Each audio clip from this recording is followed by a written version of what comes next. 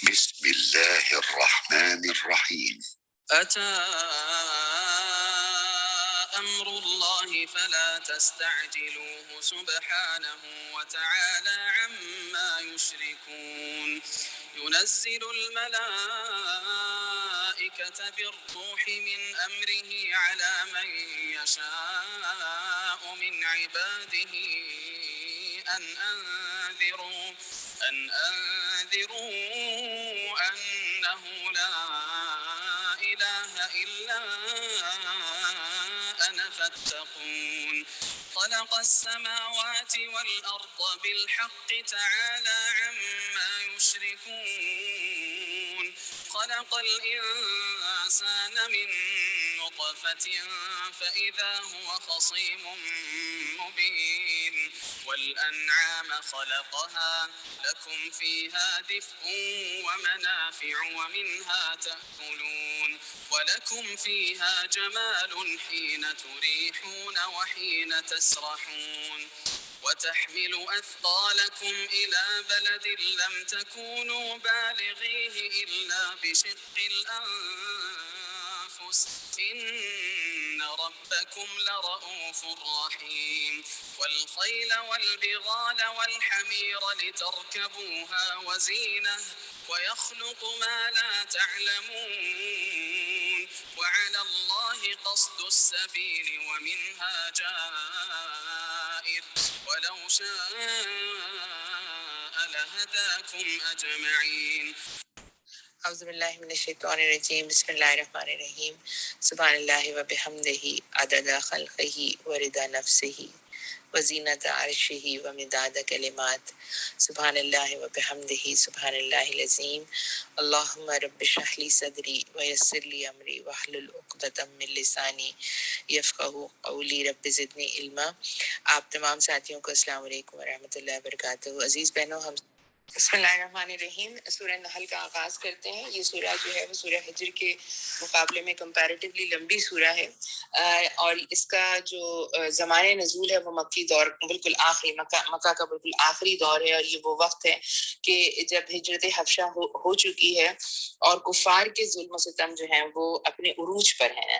اور اس پورے دوران میں جو چیز اس جو ہے سورہ میں بار بار اللہ تعالیٰ جو ہے جس کو سمجھائے گا وہ یہ کہ شرک کا انکار کرو، توحید کا اقرار کرو، رسالت کے اوپر ایمان لے کر آؤ، رسول تمہارے درمیان آ گیا ہے اسے مان لو، اور ان سب چیزوں کے لیے آخرت کے عقیدے کو مان لو، اور ان سب چیزوں کے لیے اللہ تعالیٰ جو ہے دلائل پیش کرے گا تمہارے انسان کے اپنے اندر نفس سے بھی، انفس سے بھی، اور پوری آفاق جو کائنات ہمارے اطراف ہے وہاں سے بھی اللہ تعالیٰ کہے گا دیکھو، سمجھو، بات کو انالیسس کرو کہ جو بات جو ہے اللہ کا نبی محمد صلی اللہ علیہ وسلم تمہارا اپنا بھائی تمہارے سامنے پیش کر رہا ہے وہ اس میں کتنی حقیقت ہے۔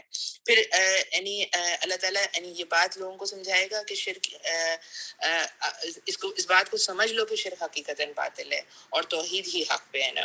پھر اس کے ساتھ ساتھ منکرین کے جتنے بھی اعتراضات ہیں، ان کے شکوک شبہات، ان کی حجتیں اور ان کے بہانے بھی، ان کے ہیلے بھی، اللہ تعالیٰ ان میں سے بھی ہر ایک کا الگ الگ جواب دے گا۔ یعنی جو لوگ باطل پر اصرار کر رہے ہیں اور حق کے مقابلے میں بھی ابھی بھی بڑے بنے ہوئے ہیں، اللہ تعالیٰ انہیں بھی بتائے گا کہ ان کا کیا انجام ہونے والا ہے۔ پھر ساتھ میں ان اخلاقی تبدیلیوں کے لحاظ سے بھی بات ہوگی کہ جو انسان کے اندر پیدا ہونی چاہیے جب وہ ایک رب کو اپنا الہ مانے۔ مشرکین مکہ کا مسئلہ یہ تھا کہ الہ تو اللہ کو مانتے تھے، لیکن اس الہ کو ماننے کے بعد جن اخلاقی تبدیلیوں کی جو ہے وہ رب جو ہے ان سے جو ہے اور وہ دین جن سے مطالبہ کرتا ہے اس کو ماننے کے وہ خوگر نہیں تھے نا، اس کو نہیں ماننا چاہتے تھے۔ تو یہ بات بھی جو ہے وہ جو ہے سمجھائی جائے گی کہ صرف ایک رب کو الہ مان لینا، بڑا خدا مان لینا، اور اس کے بعد بہت سارے اوروں کی جو ہے وہ عبادت کرتے رہنا، یہ جو ہے وہ کافی نہیں ہے۔ تمہیں اپنے آپ کو تبدیل کرنا ہوگا، ایک اللہ کی عبادت کے اندر لے کر آنا ہوگا، تو ہی نجات تمہارے لیے ہے۔ پھر ساتھ میں آخر میں نبی کریم صلی اللہ علیہ وسلم اور آپ کے ساتھیوں کی ڈھارس باندھی گئی ہے، اور یہ بھی بتایا گیا ہے کہ کفار کی جو مزاحمتیں ہیں اور ان کی جو جفاکاریاں ہیں ان کا مقابلہ کس طرح کرنا ہے۔ بحث کرنی ہے تو صرف دلیل کے ساتھ کرنی ہے، کسی بحث میں کسی قسم کے جھگڑے کو جو ہے وہ کسی بحث کی نوبت جھگڑے تک نہیں پہنچنی ہے نا۔ اور یہ بات بھی نبی کریم صلی اللہ علیہ وسلم کو اور آپ کے صحابہ کو سمجھائی گئی ہے کہ وہ اپنی جو ہے باڈی لینگویج بھی جو ہے وہ دوسروں کے لیے جو ہے وہ نرمی والی رکھیں، اور اپنی زبان سے بھی جو ہے چاہے کچھ سنیں اپنی زبان سے بھی جو ہے وہ نرمی کے ساتھ اس کا جواب دیں. اس کے علاوہ اور کوئی جو ہے وہ کام نہیں کرنا ہے، کہ صبر کرنا ہے اور صبر کے ساتھ جو ہے وہ چیزوں کو، ان کے مظالم کو جو ہے برداشت کرنا ہے. بسم اللہ الرحمن الرحیم. اللہ تعالیٰ فرما رہے ہیں آگے اللہ کا فیصلہ، اب اس کے لیے جلدی نہ مچاؤ، پاک ہے وہ اور بالا تر ہے اس شرک سے جو یہ لوگ کر رہے ہیں. اور اس روح کو اپنے جس بندے پر چاہتا ہے اپنے حکم سے ملائکہ کے ذریعے نازل فرماتا ہے، اس ہدایت کے ساتھ کہ لوگوں آگاہ کر دو میرے سوا کوئی، لوگوں کو آگاہ کر دو کہ میرے سوا کوئی تمہارا معبود نہیں ہے، لہذا تم مجھی سے ڈرو. اس نے آسمان اور زمین کو برحق پیدا کیا اور وہ بہت بالا تر ہے اس شرک سے جو یہ لوگ کر رہے ہیں. عزیز بہنوں دیکھیں، اللہ تعالیٰ کی سنت یہ ہے کہ وہ اپنا تعارف جو ہے نا، یعنی اپنی ہستی کی حقیقت جو ہے وہ انسانوں کے سامنے بار بار پیش کر دیتا ہے، اور انسانوں کو یہ بات بتا دیتا ہے کہ ان کو بنایا کس نے اور ان کو بھیجا کس لیے گیا ہے نا. اب انسان اگر اور یہ چیز انسان کے اندر بھی اللہ نے ڈالی ہے. انسان جو ہے اگر کسی ڈیزرٹ میں بھی، اگر کسی جنگل میں بھی کوئی بچہ پیدا ہوتا ہے نا، تو اس کے اندر بھی جو ہے یہ بات ہوتی ہے کہ اسے وہ ڈھونڈتا ہے اپنے رب کو نا، اور وہ دل میں اس بات پر، فطرتاً اس بات پر ہے کہ کوئی میرا رب ہے، کوئی ایسی ہستی ہے جو میری چیزیں سمیٹ سکتی ہے. اللہ تعالیٰ جو ہے وہ یہ کہہ رہا ہے کہ یہ تو تمہاری ایک ایسی چیز ہے، ایسی ضرورت ہے کہ اس کے بغیر تمہاری زندگی نہیں ہے. اور جو لوگ اس پر ایمان لے کر آتے ہیں، جو لوگ اس کو قبول کر لیتے ہیں، وہ اپنا فائدہ کرتے ہیں. جو لوگ شرک اور انکار کرتے ہیں، اللہ کی سنت یہ ہے کہ وہ ان تک بھی اپنی بات پہنچاتا ہے. اور یہی وجہ ہے پیاری بہنوں کہ اللہ تعالیٰ نمرود اور فرعون جیسے لوگوں کے درباروں میں بھی اپنے رسولوں کو بھیجتا ہے، اور وہ بھی اس ہدایت کے ساتھ بھیجتا ہے کہ ان سے نرمی کے ساتھ بات کرنا نا، بھلے مانس کی طرح ان سے بات کرنا. لیکن اللہ تعالیٰ ساتھ میں یہ بھی بتا رہا ہے کہ ان کے شرک اور انکار سے اللہ کے پاس کسی چیز کی کمی نہیں ہونی، وہ بہت بالا تر ہے اس شرک سے جو یہ لوگ کرتے ہیں.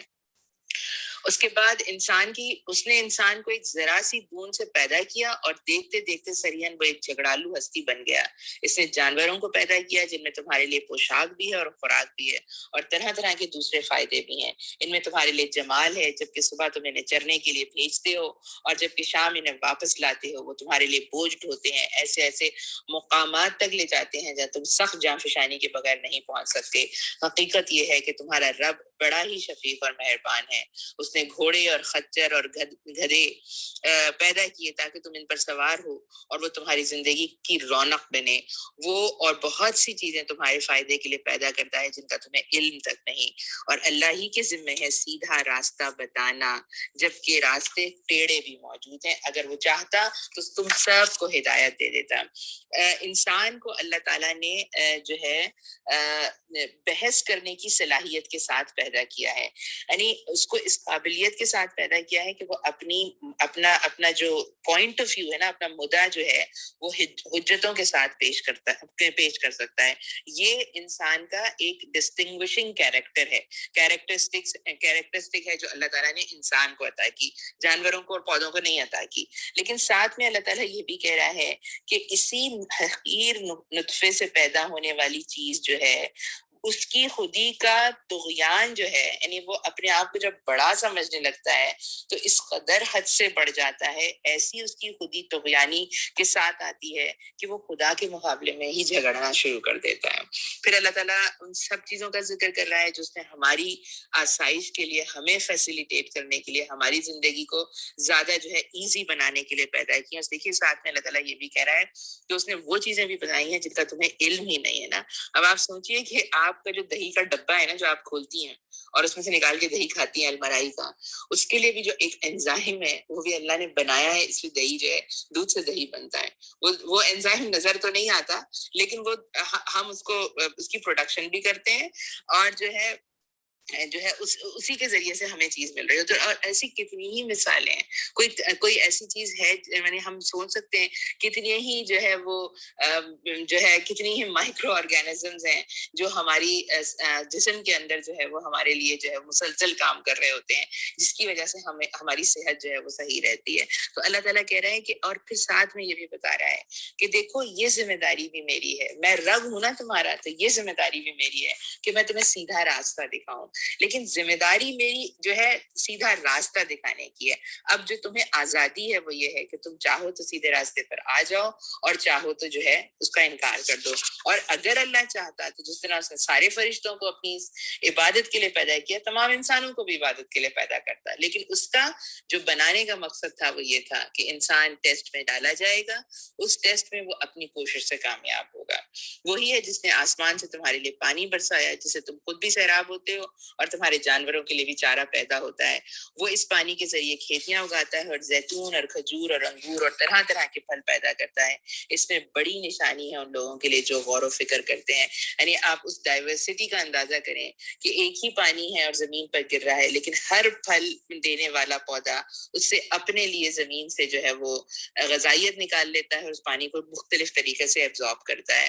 اس نے تمہاری بھلائی کے لیے رات اور دن اس نے تمہاری بھلائی کے لیے رات اور دن کو اور سورج اور چاند کو مسخر کر رکھا ہے، اور سب تارے بھی اس کے حکم سے مسخر ہیں. اس میں بہت نشانیاں ہیں ان لوگوں کے لیے جو عقل سے کام لیتے ہیں. اور یہ بہت سی رنگ برنگ کی چیزیں اس نے تمہارے لیے زمین میں پیدا کر رکھی ہیں. ان میں بھی ضرور نشانی ہے ان لوگوں کے لیے جو سبق حاصل کرنے والے ہیں. یعنی ہم نے جو بات کی تھی نا کہ اس سورہ میں اللہ تعالیٰ انفس اور آفاق دونوں کی نشانیوں کو بھیجے گا کہ دیکھ لو ان نشانیوں کو، ان نشانیوں سے کچھ سبق سیکھ لو. بالکل رینڈم ایسے نہ گزر جاؤ کہ ہاں بس صحیح ہے، ہم آ گئے دنیا میں، صبح ہوتی ہے تو ہم کیا کریں، رات ہوتی ہے تو ہم کیا کریں، اچھا یہ اس لیے بنی ہے کہ رات میں ہم آرام کریں، ہم تو رات بھر جاگتے ہیں.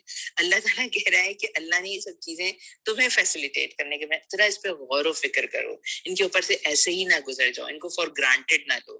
وہی ہے جس نے تمہارے لیے سمندر کو مسخر کر رکھا ہے. اب آپ ذرا سوچیے، آج ہم آسمان مارس کو پہنچ رہے ہیں نا. اب ہم تو آپ لوگوں نے دیکھی ہوں گی پچھلے دنوں جو پوری چیزیں آئی ہیں، جو مارس پہ لینڈنگ ہوئی ہے، اللہ تعالیٰ وہاں پہ بھی پہنچ جا رہا ہے. لیکن یہ جو سمندر کا مسخر کرنا ہے نا، یہ سمندر اگر نہ ہونا تو انسان کی جو پوری ایکٹیویٹی ہے نا، ہم جس کہہ رہے ہیں نا کہ ہم آج جس گلوبل ولیج میں رہ رہے ہیں، اس گلوبل ولیج کی ساری ایکٹیویٹی جو ہے وہ سمندر ہی کے اس کی مطلب اس کا جو ہے وہ اپنی جو ہے ایک سپیڈ کے ساتھ کام کرنے کا پروسیس جو ہے وہ اسی سمندر کے ساتھ پیدا ہوتا ہے، جس کے اوپر اللہ تعالیٰ نے انسان کو مسخر کیا ہے، جس کو اللہ تعالیٰ نے انسان کے لیے مسخر کر رکھا ہے، تاکہ تم اس سے تر و تازہ گوشت لے کر کھاؤ اور اس سے زینت کی وہ چیزیں نکالو جنہیں تم پہنا کرتے ہو.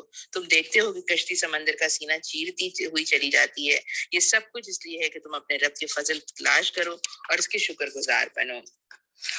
اس نے زمین میں پہاڑوں کی میخیں گاڑی ہیں تاکہ زمین تم کو لے کر ڈھلک نہ جائے. اس نے دریا جاری کیے ہیں اور قدرتی راستے بنائے ہیں تاکہ تم ہدایت پاؤ.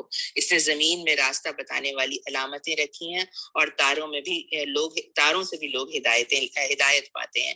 اب یہ بظاہر تو راستے کی بات ہے نا کہ انسان کے لیے اللہ تعالیٰ نے پہاڑ بنائے ہیں زمین کو لے کر ڈھلک نہیں جاتے. پہاڑوں کی وجہ سے زمین اپنی جگہ اسٹیبل ہے، اور یہ کہ اللہ تعالیٰ نے یہ جو ستارے ہیں ان کو بھی راستہ حاصل کرنے کا ایک ذریعہ بنایا ہے. لیکن یہاں پر ساتھ ساتھ اللہ تعالیٰ یہ کہہ رہا ہے کہ یہ سارے قدرتی راستے جو اللہ نے بنائے ہیں وہ اس لیے ہیں کہ تم ہدایت پاؤ نا. یعنی انسان کا اپنا عمل بھی پہاڑ کے جیسا مضبوط ہونا چاہیے کہ وہ اس کو مطلب ہماری شخصیت کو ایمان کے ساتھ اتنا مضبوط ہونا چاہیے کہ ہماری شخصیت جو ہے وہ مطلب شیطان جو ہے وہ ہمیں گناہ کے ساتھ لڑکا نہ دینا، بلکہ ہم اپنی جگہ جو ہے وہ مضبوطی کے ساتھ قائم رہیں. اور یہ ساری جو علامتیں ہیں، ہم یہ کہیں کہ ہاں یہ سارے لینڈ مارکس جو ہیں وہ میرے رب نے اس لیے بنائے ہیں تاکہ میں اپنے رب تک جو ہے وہ پہنچ جاؤں نا. پھر کیا وہ پیدا کرتا ہے، پھر کیا وہ جو پیدا کرتا ہے اور جو کچھ نہیں پیدا کرتا دونوں یکساں ہو سکتے ہیں؟ کیا تم ہوش میں نہیں آتے؟ اگر تم اللہ کی نعمتوں کو گننا چاہو تو گن نہیں سکتے. حقیقت یہ ہے کہ وہ بڑا ہی درگزر کرنے والا اور رحیم ہے، حالانکہ وہ تمہارے کھلے سے بھی واقف ہے اور چھپے سے بھی.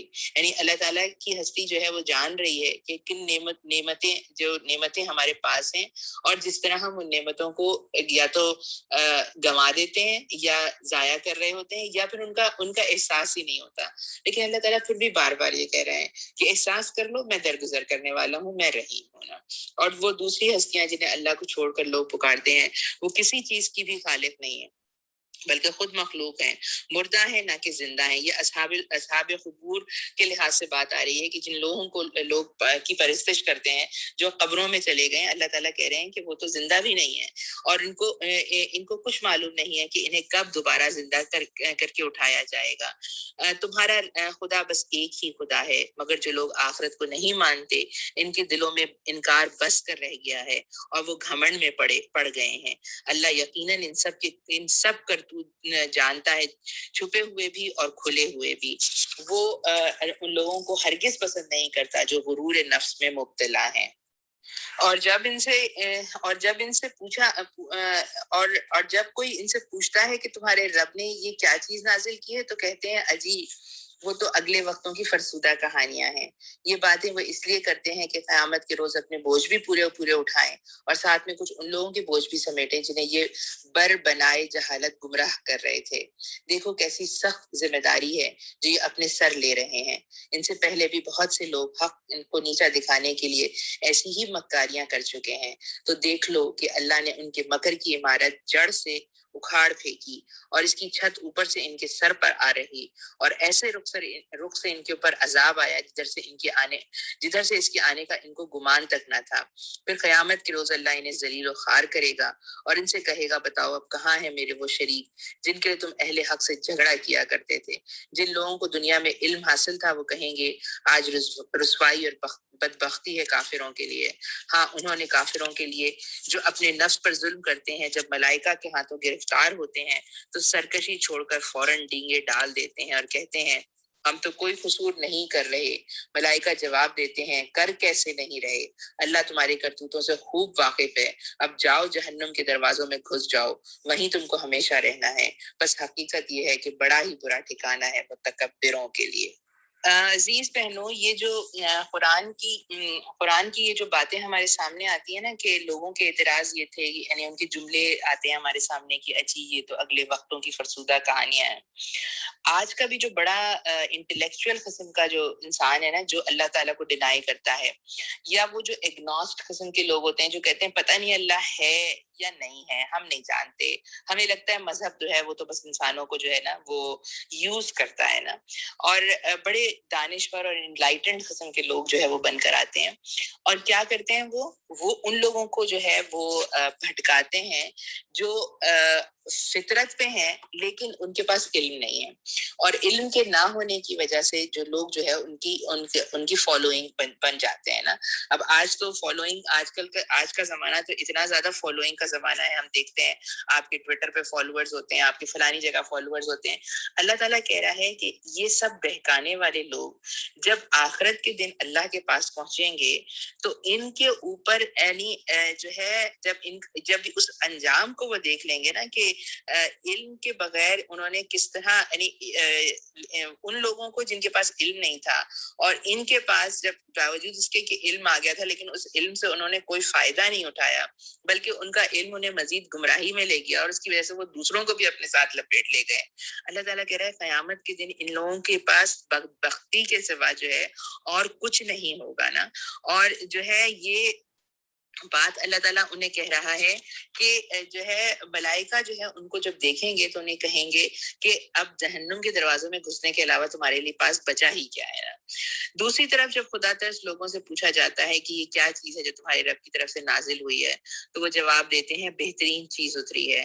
اسی طرح نیکوکار لوگوں کے لیے اس دنیا میں بھلائی ہے اور آخرت کا گھر تو ضرور ہی ان کے حق میں بہتر ہے۔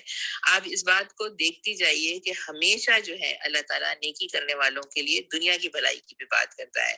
بڑا اچھا گھر ہے متقیوں کا، دائمی قیام کی جنتیں جن میں وہ داخل ہوں گے، نیچے نہریں بہہ رہی ہوں گی۔ مطلب یہ ریزیڈینشل گارڈنز جو ہیں جو جنت میں ملیں گے انسانوں کو یہ پرماننٹ ہوں گے، ان کا کوئی اختتام نہیں ہوگا، یہ ہمیشہ رہیں گے نا۔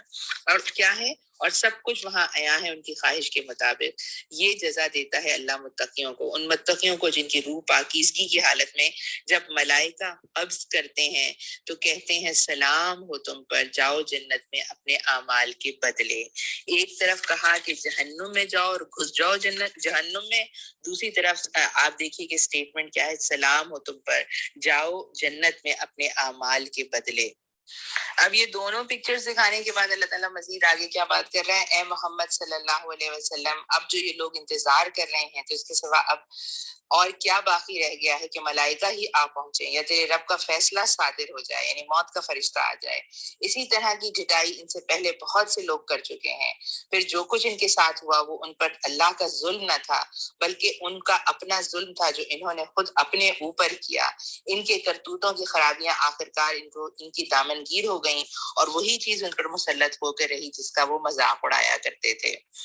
یہ مشرکین کہتے ہیں اگر اللہ چاہتا تو نہ ہم اور نہ ہمارے باپ دادا اور اس کے سوا کسی کی عبادت کرتے اور نہ اس کے حکم کے بغیر کسی چیز کو حرام ٹھہراتے۔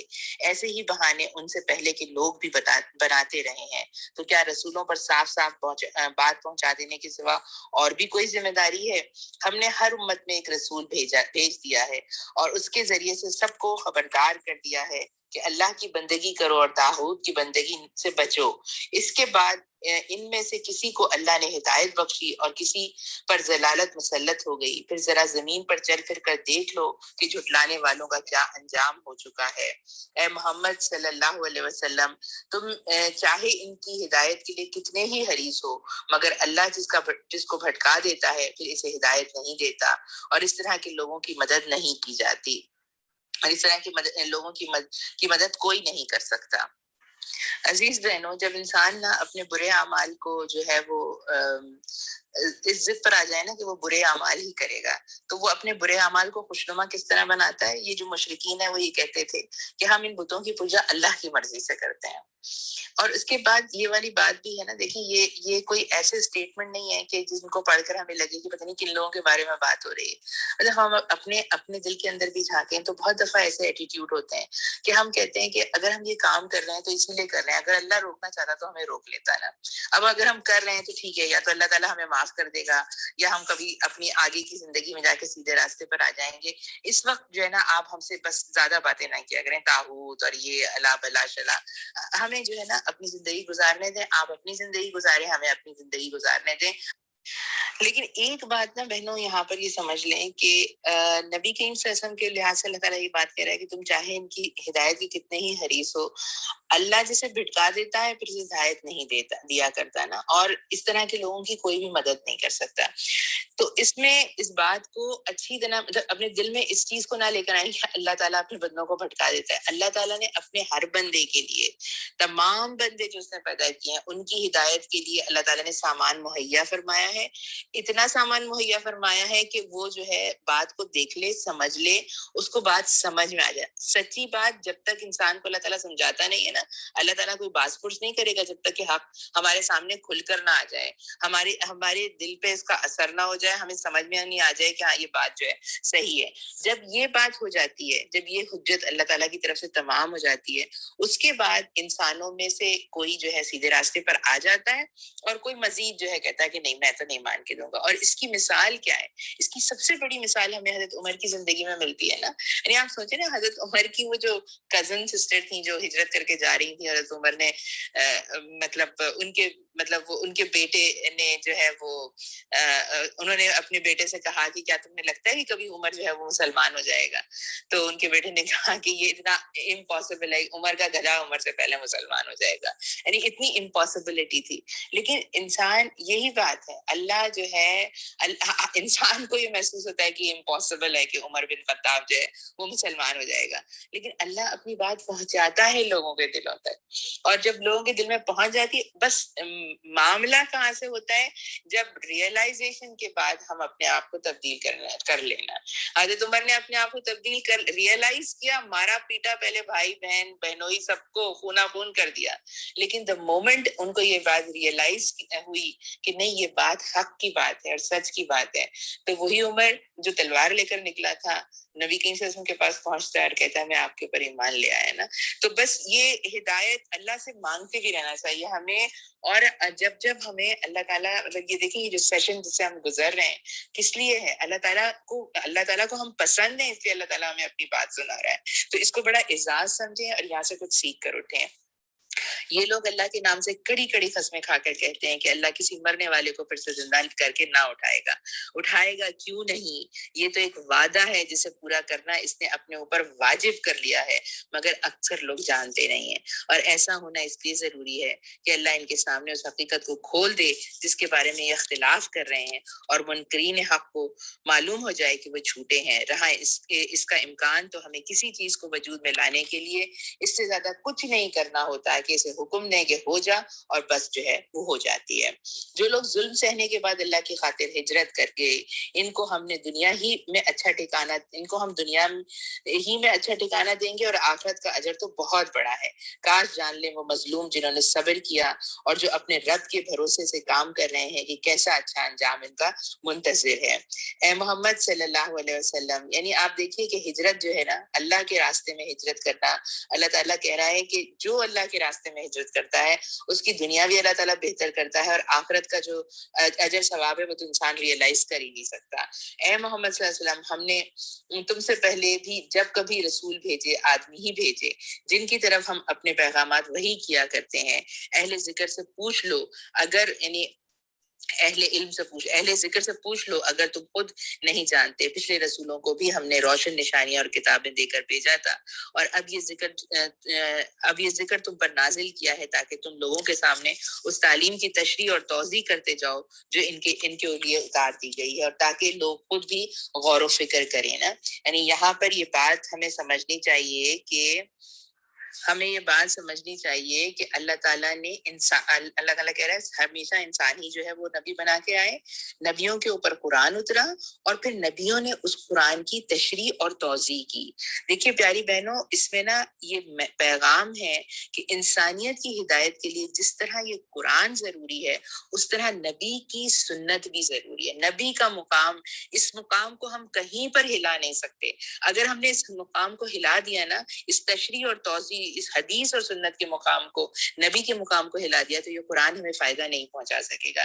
اس قرآن کو سمجھنے کے لیے، اس قرآن پر عمل کرنے کے لیے اللہ تعالیٰ نے انسان بھیجے، نبی بھیجے اپنے، اور ان نبیوں نے ہمیں اس کی تشریح اور توضیح جو ہے وہ کر کے بتائی نا۔ یعنی یہ نبیوں کا فرض تھا جو وہ پورا کر کے گئے، جاتے وقت لوگوں سے شہادت لے کر گئے نا کہ میں نے تم تک اللہ کا پیغام جو ہے وہ پہنچا دیا نا۔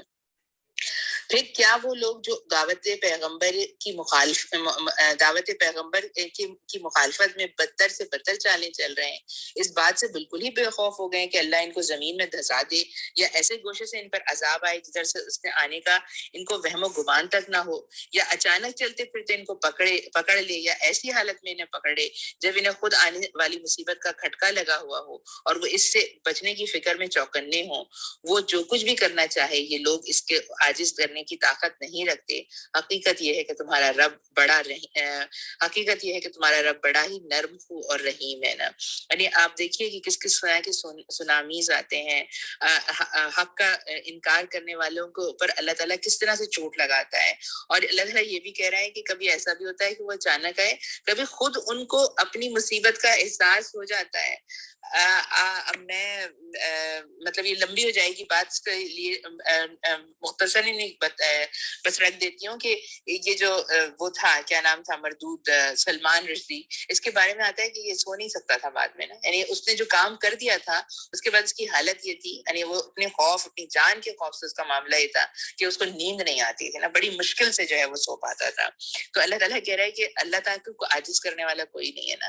پیغمبروں کے ساتھ اگر تم کوئی سلوک کر رہے ہو، ایمان نہیں لا رہے، ان کا مذاق اڑا رہے ہو، تو یاد رکھو اللہ کی پکڑ جو ہے وہ بڑی سخت ہے۔ اور کیا یہ لوگ اللہ کی پیدا کی ہوئی کسی چیز کو بھی نہیں دیکھتے کہ اس کا سایہ کس طرح اللہ کے حضور سجدے کرتے ہوئے دائیں اور بائیں گرتا ہے؟ سب کے سب اس طرح اظہار عجز کر رہے ہیں۔ زمین اور آسمانوں میں جس قدر جاندار مخلوق ہیں اور جتنے ملائکہ ہیں، سب اللہ کے آگے سر بسجود ہیں۔ وہ ہرگز سرکشی نہیں کرتے اپنے رب سے جو ان کے اوپر ہے، ڈرتے ہیں اور جو کچھ حکم دیا جائے اس کے مطابق کام کرتے ہیں۔ یہ آیت سجدہ ہے، انشاءاللہ اس کا سجدہ ہم جو ہے وہ ادا کر لیں گے۔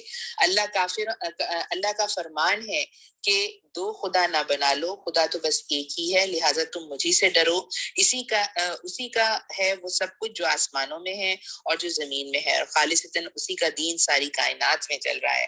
پھر کیا اللہ کو چھوڑ کر تم کسی اور سے تقویٰ کرو گے؟ یعنی پوری کائنات کا دین جو ہے وہ اسلام ہے، صرف انسان کو یہ اختیار ہے کہ وہ اسلام کو اپنائے یا اس کو چھوڑ دینا، باقی تو پوری کائنات جو ہے وہ اسلام کے اوپر چل رہی ہے۔ اب اگر ہم اسلام کو اپنا لیتے ہیں تو کائنات کے ساتھ ہم رنگ ہو جاتے ہیں، کائنات ہمیں فیسیلیٹیٹ کر رہی ہوتی ہے، کائنات کے ساتھ ہم بہتے ہیں، ہماری رائڈ جو ہے اور سموتھ ہو جاتی ہے۔ تم کو جو نعمت بھی حاصل ہے اللہ ہی کی طرف سے ہے، پھر جب کوئی سخت وقت تم پر آتا ہے تو تم لوگ خود اپنی فریادیں لے کر اس کی طرف دوڑتے ہو، مگر جب اللہ اس وقت کو ٹال دیتا ہے تو یکایک تم میں سے ایک گروہ اپنے رب کے ساتھ دوسروں کو اس مہربانی کے شکریہ میں شریک کرنے لگتا ہے۔ بس اللہ تعالیٰ ہمیں اس معاملے سے بچائے نا، بہت زیادہ، یعنی ہم اگر شریک نہیں کرتے تو ہم مطلب ہم اگر ہم یہ نہیں کہتے کہ ہماری اس کامیابی کا جو سہرا ہے وہ ان کے سر ہے، اگر ہم یہ نہیں کہتے اور ہم یہی کہتے ہیں کہ ہاں اللہ تعالیٰ کا شکر ہے، تو اس شکر کے بعد جو ہم اللہ تعالیٰ کے ساتھ معاملہ کرتے ہیں نا، جب تک نہیں ملی تھی چیزیں ہم کس طرح گڑ گڑاتے ہیں، اور جب مل جاتی ہے تو پھر یاد آتا ہے کہ ہاں 4 رکعت نماز پڑھنی ہے، پڑھ لو یار، جلدی سے پڑھ لو، اللہ یہ کام کرنا ہے، میں نے نیت کی تھی میں 20 رکعت شکرانے کی پڑھوں گی، پھر وہ جو 20 رکعت شکرانے کی ہوتی ہے نا وہ جس ٹربو سپیڈ پہ پڑھی جاتی ہے، اور اس سے پہلے جب ہم مانگ رہے تھے تو کس طرح ہم اللہ کے سامنے جھکے پڑے ہوتے تھے نا، سجدے میں رو رہے ہوتے تھے کہ اللہ تعالیٰ یہ عطا کر دے۔ تو اس چیز کا بھی جائزہ لینا کہ ہم مانگتے وقت ہمارا کیا حال ہوتا ہے، نعمت کے ملنے کے بعد ہمارا کیا حال ہوتا ہے، تاکہ اللہ کے احسان کی ناشکری کرے۔ اچھا مزے کر لو، ان قریب تمہیں معلوم ہو جائے گا۔ یہ لوگ جن کی حقیقت سے واقف نہیں ہیں، ان کے حصے ہمارے دیے ہوئے رزق میں سے مقرر کرتے ہیں۔ خدا کی قسم ضرور تم سے پوچھا جائے گا کہ یہ جھوٹ تم نے کیسے گھڑ لی ہے۔ یہ جو نیازیں اور فاتحیں ہوتی ہیں نا ہمارے پاس، اللہ تعالیٰ ہم سے پوچھے گا، اللہ تعالیٰ ہمیں محفوظ رکھے کہ ہم جو ہے وہ اس طرح کے غلط کام کریں اور کل کو ہمیں اللہ کے سامنے کھڑے ہو کر ان کا جواب دینا پڑے۔ یہ خدا کے لیے بیٹیاں تجویز کرتے ہیں، سبحان اللہ، اور ان کے لیے وہ جو یہ خود چاہیں۔ جب ان میں سے کسی کو بیٹی کے پیدا ہونے کی خوشخبری دی جاتی ہے تو اس کے چہرے پر کلونس چھا جاتی ہے، اور وہ بس خون کا گھونٹ پی کر رہ جاتا ہے، لوگوں سے چھپتا پھرتا ہے کہ اس بری خبر کے بعد کسی کو کیسے منہ دکھائے، سوچتا ہے ذلت کے ساتھ بیٹی کو لیے رہے یا مٹی میں دبا دے۔ دیکھو کیسے برے حکم ہیں جو یہ خدا کے بارے میں لگاتے ہیں، بری صفت سے متصف کیے جانے کے لائق تو وہ لوگ ہیں جو آخرت کا یقین نہیں رکھتے۔ رہا اللہ تو اس کے لیے سب سے برتر صفات ہیں، وہی تو سب پر غالب اور حکمت میں کامل ہے۔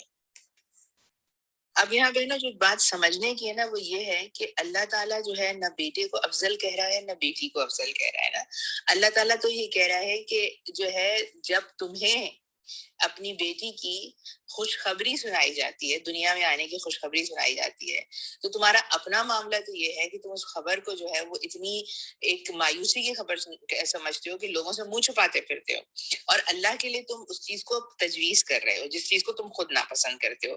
یعنی ان مشرکین کے پاس نا معاملہ بھی یہ تھا کہ ان کے پاس دیوتا بہت ہوتے تھے، بہت کم ہوتے تھے، دیویاں ہی زیادہ ہوتی تھیں، اور فرشتوں کو بھی اللہ کی بیٹیاں کہتے تھے۔ لیکن بات جو اللہ تعالیٰ سمجھا رہا ہے وہ یہ ہے کہ اللہ جو ہے نا وہ کیا ہے، اللہ تو اس کے لیے سب سے برتر صفات ہیں، وہی تو ہے سب پر غالب اور حکمت والا، یعنی اللہ کو نہ بیٹے کی ضرورت ہے اور نہ بیٹی کی ضرورت ہے۔ اللہ تو وہ رب ہے کہ جس نے بیٹا بھی بنایا، بیٹی بھی بنائی، انسان بھی بنایا، جن بھی بنایا، فرشتے بھی بنائے، سب کو اللہ نے اپنی کمال محبت اور کمال ربوبیت کے ساتھ بھیجا۔ یہ تو تم ہو کہ کسی کو افضل بنا لیتے ہو اور کسی کو جو ہے کمتر بنا دیتے ہو۔ آگے اللہ تعالیٰ کہہ رہا ہے اگر کہیں اللہ لوگوں کو ان کی ذاتی پر فوراً ہی پکڑ لیتا تو روئے زمین پر کسی متنفس کو نہ چھوڑتا۔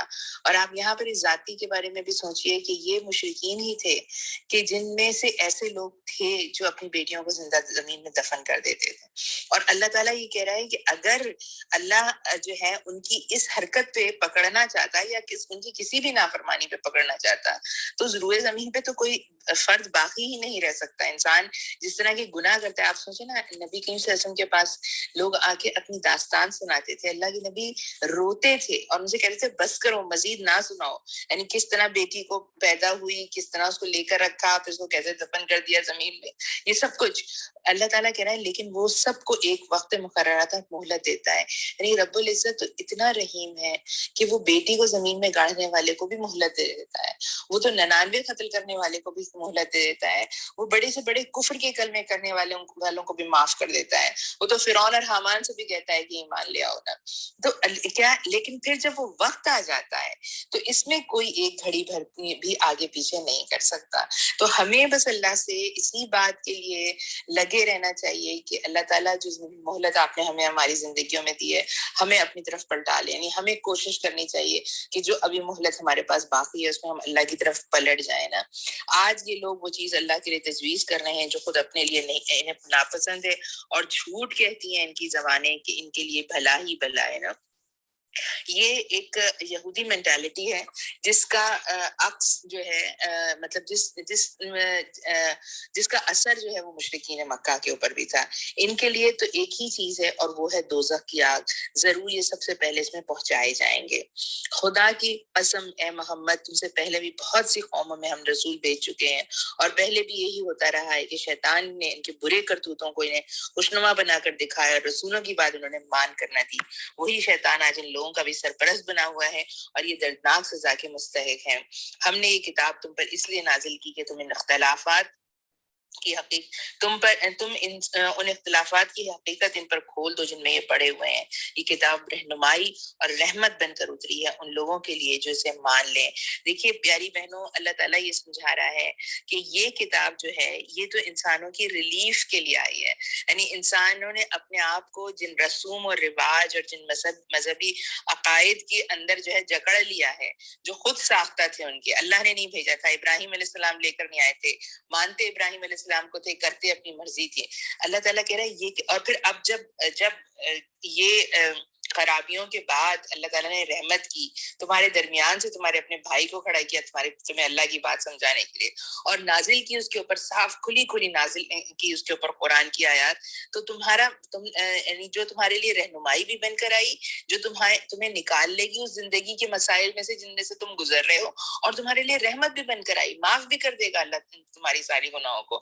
لیکن کیا ہے, یہ انہی کے لیے رحمت ہے اور یہ انہی کے لیے جو ہے رہنمائی ہے جو اسے مانتے ہیں. جو نہیں مانتے انہوں نے شیطان کو اپنا سرپرست بنا لیا ہے, اور شیطان ان کے سارے اعمال کو جو ہے خوشنما بنا کے ان کے سامنے رکھ رہا ہے. تم ہر برسات میں دیکھتے ہو کہ اللہ نے آسمان سے پانی برسایا اور یکایک مردہ پڑی ہوئی زمین اس کی بدولت اس میں جان ڈال دی. یقیناً اس میں ایک نشانی ہے سننے والوں کے لیے نا. یہاں پر اللہ تعالیٰ دیکھنے والوں کی بات کر رہا ہے, یہاں اللہ تعالیٰ ماننے والوں کی بات کر رہا ہے, سننے والوں کی بات کر رہا ہے, دل کی سے بھی سمجھنے والوں کی بات بھی کرے گا اللہ. اور تمہارے لیے مویشیوں میں سے بھی ایک سبق موجود ہے. ان کے پیٹ سے گوبر اور خون کے درمیان ہم ایک چیز تمہیں پلاتے ہیں, یعنی خالص دودھ جو پینے والے کے لیے نہایت خوشگوار ہے. یہ اللہ کی کیا زبردست شان ہے, اور کس قسم کا اس نے اللہ تعالیٰ نے ڈیزائن کیا ہے اپنی مخلوقات کو, کہ دو چیزوں کے درمیان سے, دو ایسی چیزیں جو اپنی حالت میں جو ہے ناپاک ہیں, ان کے درمیان سے ایک چیز اللہ تعالیٰ نکال کر لے کر آتا ہے جو انتہائی پاک اور شفاف ہے, جو ہمارے لیے نہایت خوشگوار ہے. اسی طرح کھجور کے درختوں اور انگور کی بیلوں میں سے بھی ایک چیز تمہیں پلاتے ہیں جسے تم نشا آور بھی بنا لیتے ہو اور پاک رزق بھی. یقیناً اس میں ایک نشانی ہے عقل سے کام لینے والوں کے لیے. لیکن پیاری بہنوں, اللہ تعالیٰ کہہ رہا ہے کہ اللہ نے تو تمہیں نعمتیں عطا کی ہیں. یہ انسان ہے جو حلال کی ہوئی چیز کو حرام بنا لیتا ہے اور حرام کی ہوئی چیز کو حلال بنا لیتا ہے. اور اللہ تعالیٰ یہ کہہ رہا ہے کہ تم اپنے اندر ذرا جھانک کے تو دیکھو, یعنی کیوں تمہیں اپنا آپ نظر نہیں آتا ہے. یعنی ذرا اصلی اپنی نگاہ سے دیکھو, اپنے اصلی کان سے سنو, تو تمہیں سب کچھ نظر آئے گا. اس عقل کو جو ہم نے تمہیں نوازی ہے اس سے اللہ کو تلاش کرو, بجائے اس کے کہ اس عقل کو استعمال کر کے اللہ کو ریجیکٹ کرو.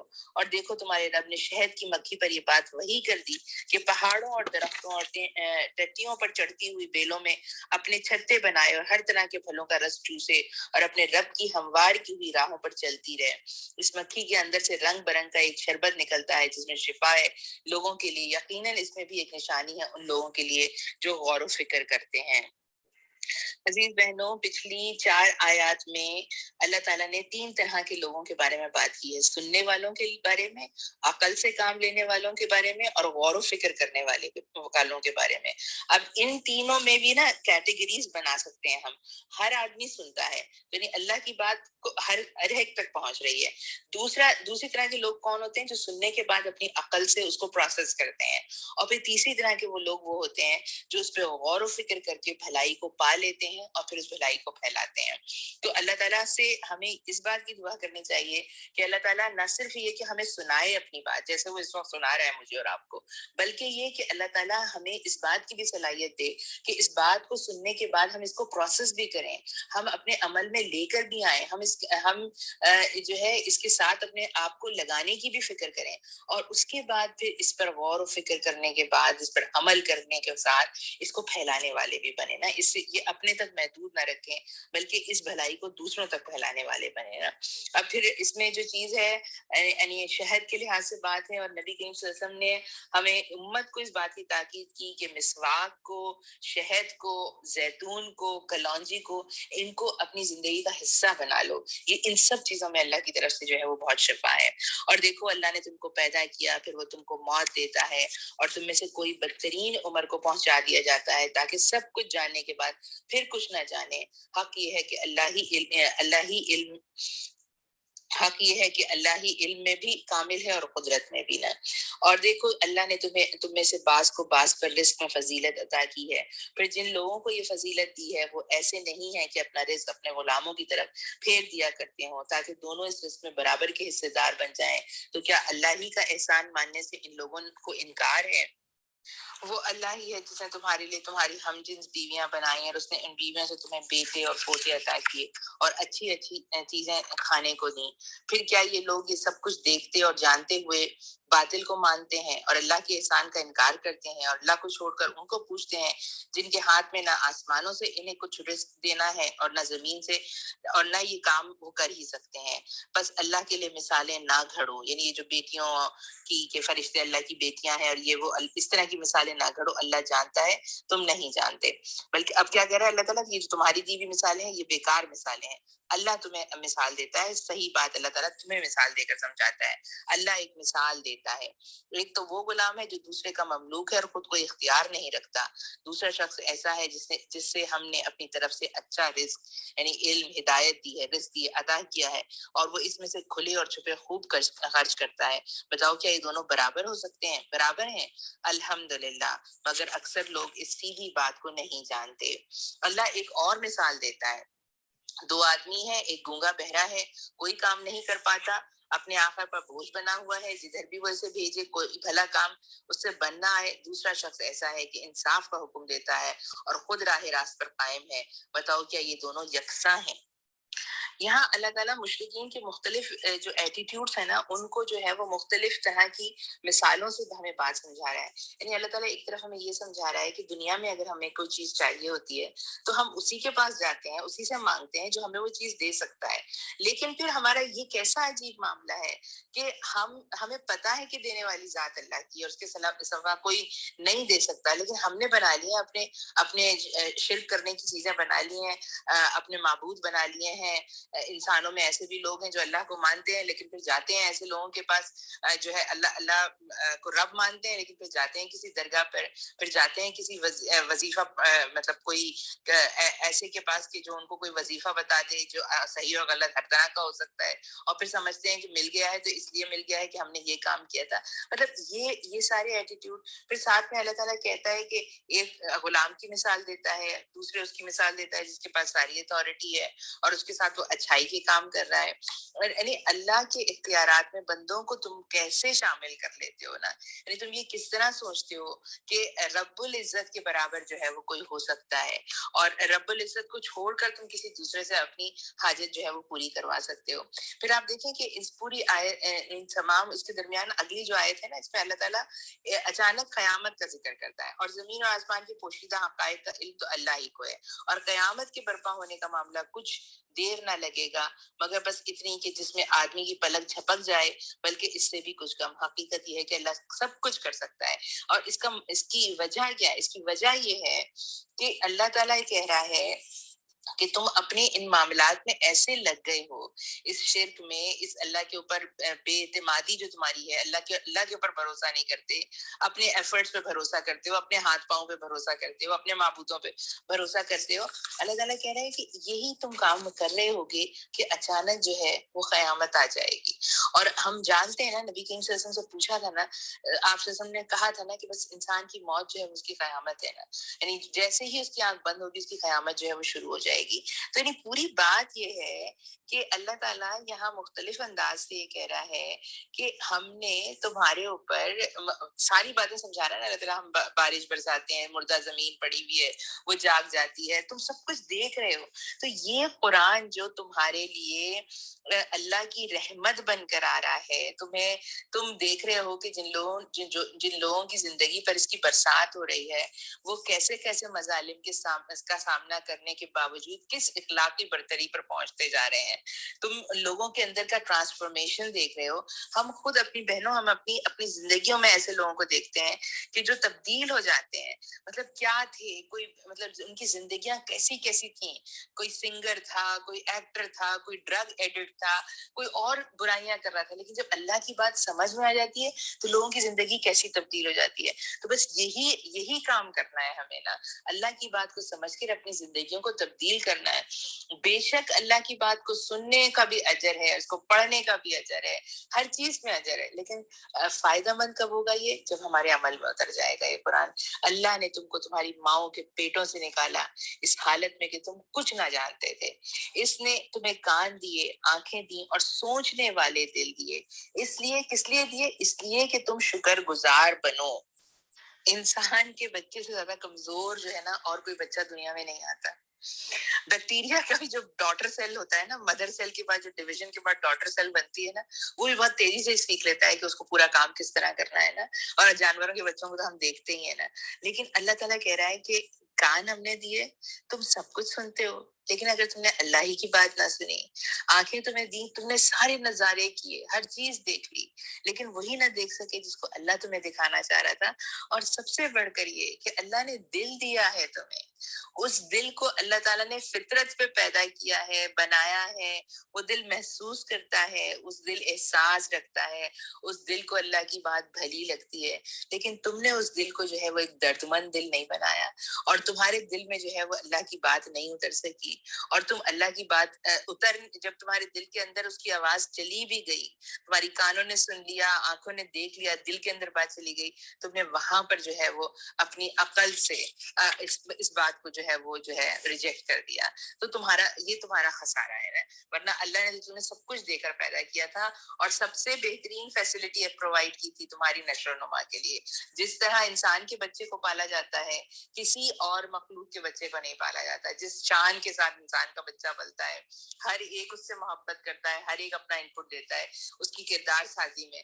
اور انسان ہے کہ سب کچھ اللہ کی طرف سے نعمتیں حاصل کرنے کے باوجود بھی ناشکرا رہے, تو یہ انسان کا اپنا معاملہ ہے. کیا ان لوگوں نے کبھی پرندوں کو نہیں دیکھا کہ فضائے آسمانی میں کس طرح مسخر ہیں؟ اللہ کے سوا کس نے ان کو تھام رکھا ہے؟ اس میں بہت نشانیاں ہیں ان لوگوں کے لیے جو ایمان لاتے ہیں. پرندوں کے بارے میں تو کبھی ذرا آپ بیٹھ کے نا کوئی اچھی نیشنل جیوگرافی کی یا کوئی اچھی کتابوں کا مطالعہ کریں. کیا ڈیزائننگ ہے اللہ کی نا, کس طرح یہ اڑتے ہیں, میلوں کا سفر کرتے ہیں. پھر اللہ تعالیٰ نے ان کے کانوں میں, ان کی آنکھوں میں کیسی کیسی چیزیں رکھی ہیں کہ واپس اسی راستے سے واپس بھی آ جاتے ہیں, ہزاروں میل کا سفر طے کرتے ہیں. شان ہے اللہ کی نا. اللہ نے نے تمہارے لیے تمہارے گھروں کو جائز سکون بنایا، اس نے جانوروں کی کھالوں سے تمہارے لیے ایسے مکان پیدا کیے جنہیں تم سفر اور قیام دونوں حالتوں میں ہلکا پاتے ہو. یعنی انسان کو اللہ تعالیٰ نے ہی سکھایا نا سب کچھ، کہ وہ اپنے لیے ایسے گھر بھی بنا لیتا ہے کہ جو ایک جگہ سے دوسری جگہ پورے کے پورے اکھاڑ کے جو ہے دوسری جگہ جا کے انسان دوسری جگہ بھی بس جاتا ہے. اس نے جانوروں کے صوف اور اون اور بالوں سے تمہارے لیے پہننے برتنے کی بہت ساری چیزیں پیدا کی جو زندگی کی مدت مقرر تک تمہارے کام آتی ہیں. اس نے اپنی پیدا کی ہوئی بہت سی چیزوں سے تمہارے لیے سائے کا انتظام کیا، پہاڑوں میں تمہارے لیے پناہ گاہیں بنائی ہیں، تمہیں ایسی پوشاک بخشی جو تمہیں گرمی سے بچاتی ہے، اور کچھ دوسری پوشاکیں جو آپس کی جنگ میں تمہاری حفاظت کرتی ہیں. اس طرح تو وہ تم پر اپنی نعمتوں کی تکمیل کرتا ہے، شاید کہ تم فرمانبردار بنو. اب اگر یہ لوگ منہ موڑتے ہیں تو اے محمد صلی اللہ علیہ وسلم تم پر صاف صاف پیغام پہنچا دینے کے سوا اور کوئی ذمہ داری نہیں. یہ اللہ کے احسان کو پہچانتے ہیں پھر اس سے انکار کرتے ہیں، اور ان میں بیشتر لوگ ایسے ہیں جو حق ماننے کے لیے تیار نہیں ہیں. انہیں کچھ ہوش بھی ہے اس روز کیا بنے گا جب ہم ہر امت میں سے ایک گواہ کھڑا کریں گے، پھر کافروں کو نہ حجت پیش کرنے کا موقع دیا جائے گا اور نہ توبہ اور استغفار ہی کا مطالبہ کیا جائے گا. ظالم لوگ جب ایک دفعہ عذاب دیکھ لیں گے تو اس کے بعد ان کے عذاب میں کوئی تخفیف نہ کی جائے گی اور نہ انہیں ایک لمحہ بھر کی مہلت دی جائے گی. اور جب وہ لوگ جنہوں نے دنیا میں شرک کیا تھا اپنے ٹھہرائے ہوئے شریکوں کو دیکھیں گے تو کہیں گے اے پروردگار یہی ہیں ہمارے وہ شریک جنہیں ہم تجھے چھوڑ کر پکارا کرتے تھے. اس پر ان کے وہ معبود انہیں صاف جواب دیں گے تم جھوٹے ہو.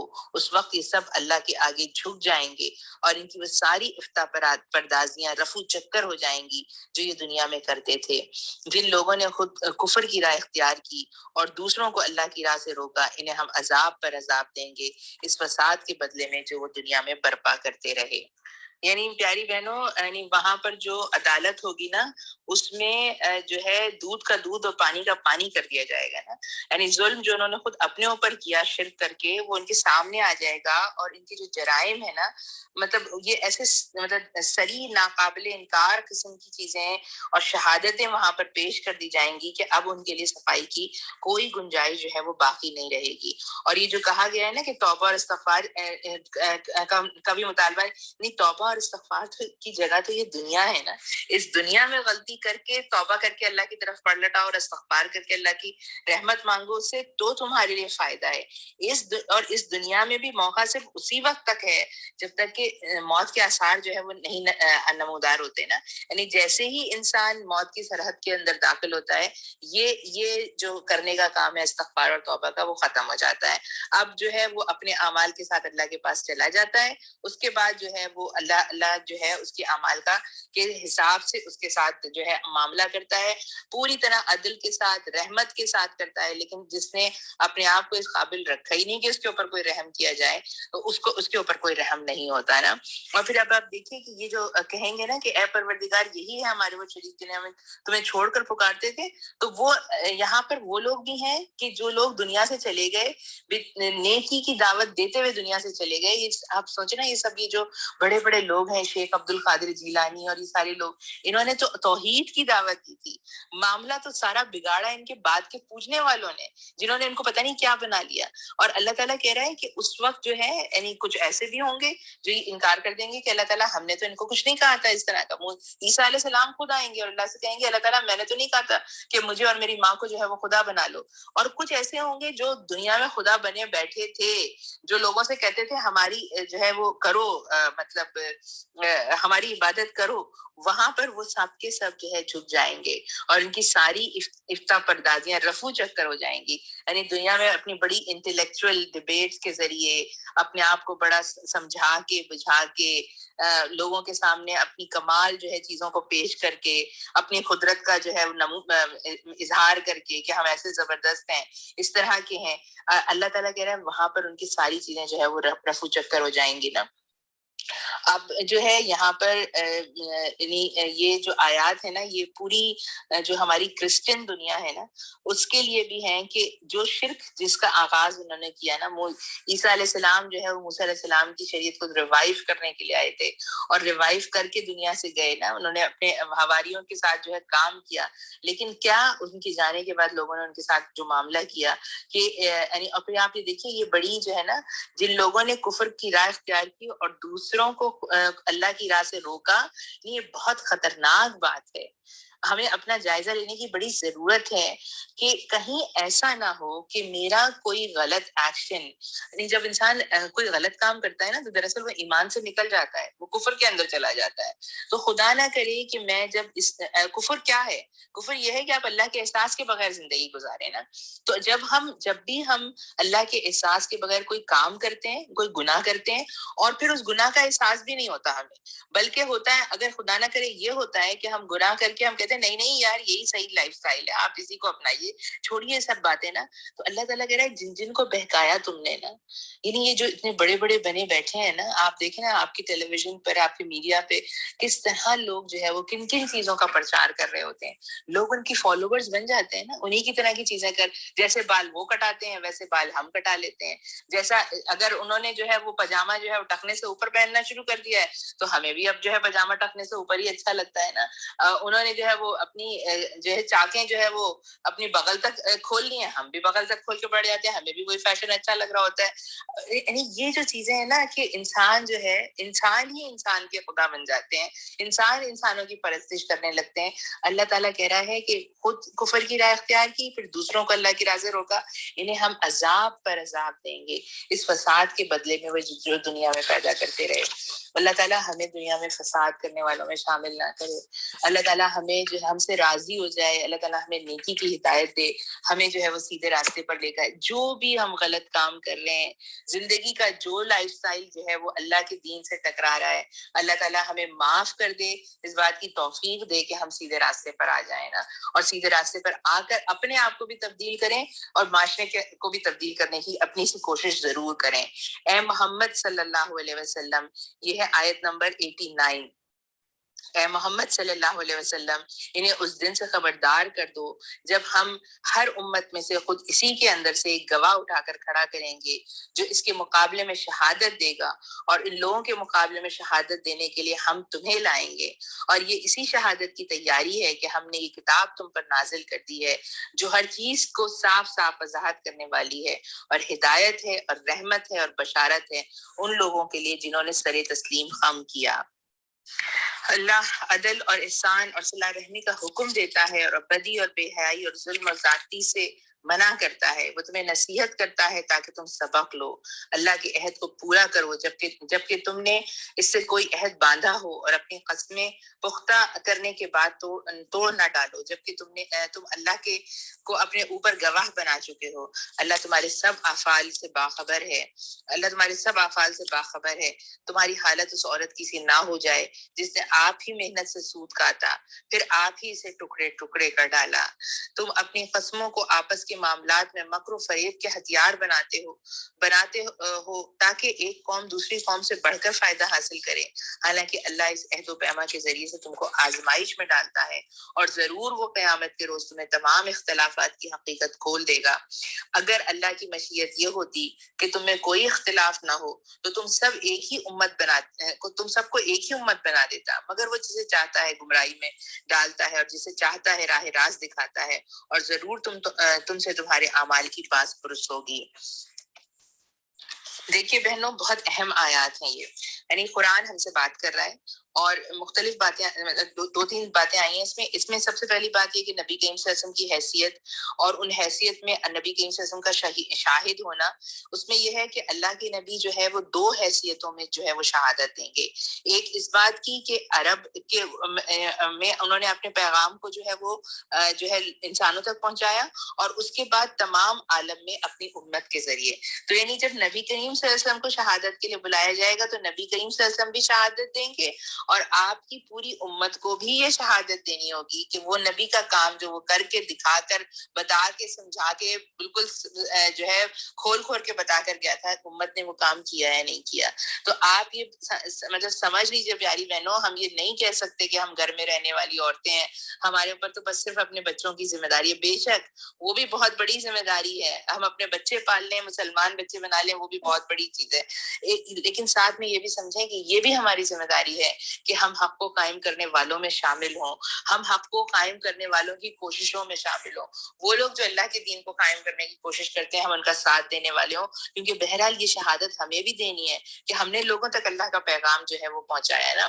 پھر اللہ تعالیٰ بالکل لاؤڈ اینڈ کلیئر یہ بات کہہ رہا ہے کہ ہم نے تم پر یہ کتاب جو ہے نا نازل کر دی اور اس کی آیات صاف صاف تمہیں کھول کے سمجھا دی.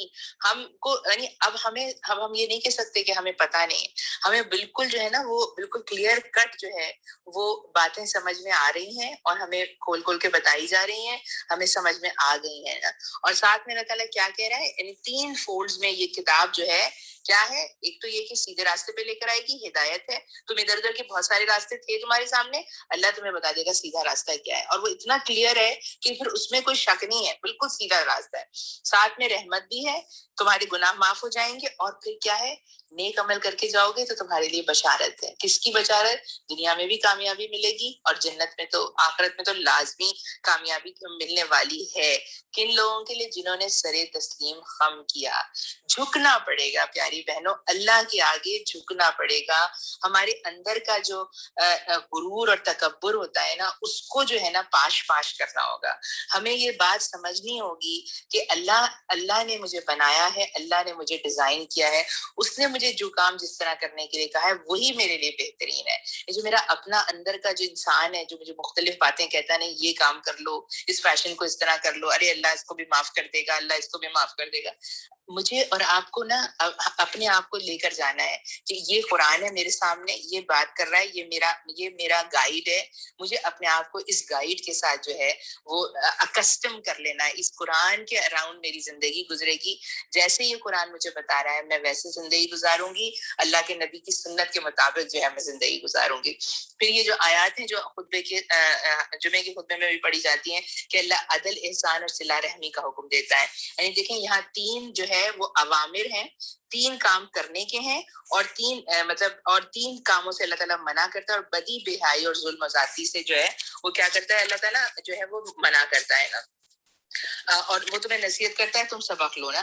اب اس میں کیا ہے کہ یہ میں آپ سب سے گزارش کروں گی جن کے پاس جو ہے وہ تفہیم القرآن ہے کہ تفہیم القرآن کا حاشیہ نمبر 88، سورہ نحل کا حاشیہ نمبر 88 اور 89 کو گھروں میں بیٹھ کے ضرور بہت اچھی طرح پڑھیں. کیونکہ دیکھیں اللہ تعالیٰ ان میں جو بات کر رہا ہے نا وہ مختصراً یہ ہے کہ مطلب عدل ہر ایک کے ساتھ کرنا ہے. یعنی اللہ تعالیٰ عدل کی بات کر رہا ہے. عدل جو ہے نا وہ جو توحید کا اقرار کر لیتا ہے وہ عدل، یعنی جس کے پاس اللہ کا احساس پوری طرح ہو جاتا ہے نا وہ ناانصافی نہیں کر سکتا. تو سب سے پہلی چیز کہہ رہے ہیں اللہ تعالیٰ عدل کرو، میرے پر ایمان لاؤ، عدل کرو. اور عدل یہ ہوتا ہے کہ جو اچھا لگتا ہے اس کے ساتھ بھی عدل کیا جائے، جو اچھا نہیں لگتا اس کے ساتھ بھی عدل کیا جائے. آپ سوچیں نبی کریم صلی اللہ علیہ وسلم نے کہا کہ اپنے بچوں کو تحفہ بھی دو نا تو عدل کے ساتھ دو. یہ نہیں کہ میرا کوئی بچہ مجھے بہت اچھا لگتا ہے تو میں اس کو ڈھیر بھر دے دوں اور دوسرے کو محروم رکھوں نا. جوتا بھی دلائیں، آپ کپڑا بھی دلائیں، کتاب دلائیں، پین، پینسل، ربر، شارپنر جو دلا رہے ہیں عدل کے ساتھ نا. پھر احسان کا معاملہ کرنا ہے اور صلہ رحمی سے رہنا ہے. تو احسان کا معاملہ جو ہے اس میں سب سے بہترین معاملہ ہمارا اپنے والدین کے ساتھ ہونا چاہیے اور اپنے شوہر کے والدین کے ساتھ نا. یہ بات مطلب لکھ کے رکھ لیں کہ یہ احسان میں سب سے بڑے جو مستحق ہیں نا وہ ہمارے والدین ہیں اور ہمارے شوہر کے والدین ہیں. اور پھر ساتھ میں کیا ہے صلہ رحمی. یعنی آپ دیکھیں کہ اسلامی شریعت میں اللہ تعالیٰ ہر اس انسان کو جو خوشحال ہے اس کے اوپر یہ فرض بنا دیتا ہے کہ وہ اپنے خاندان کے جو غریب اور خستہ حال لوگ ہیں ان کا جو ہے وہ والی سرپرست بنے، ان کے سر پر ہاتھ رکھنے والا بنے. یعنی اس معاشرے کو بالکل نہیں پسند کیا گیا کہ جس میں ایک شخص عیش کر رہا ہو اور اسی کے خاندان کا کوئی بھائی بندہ جو ہے وہ روٹی اور کپڑے کو تک کو محتاج ہو.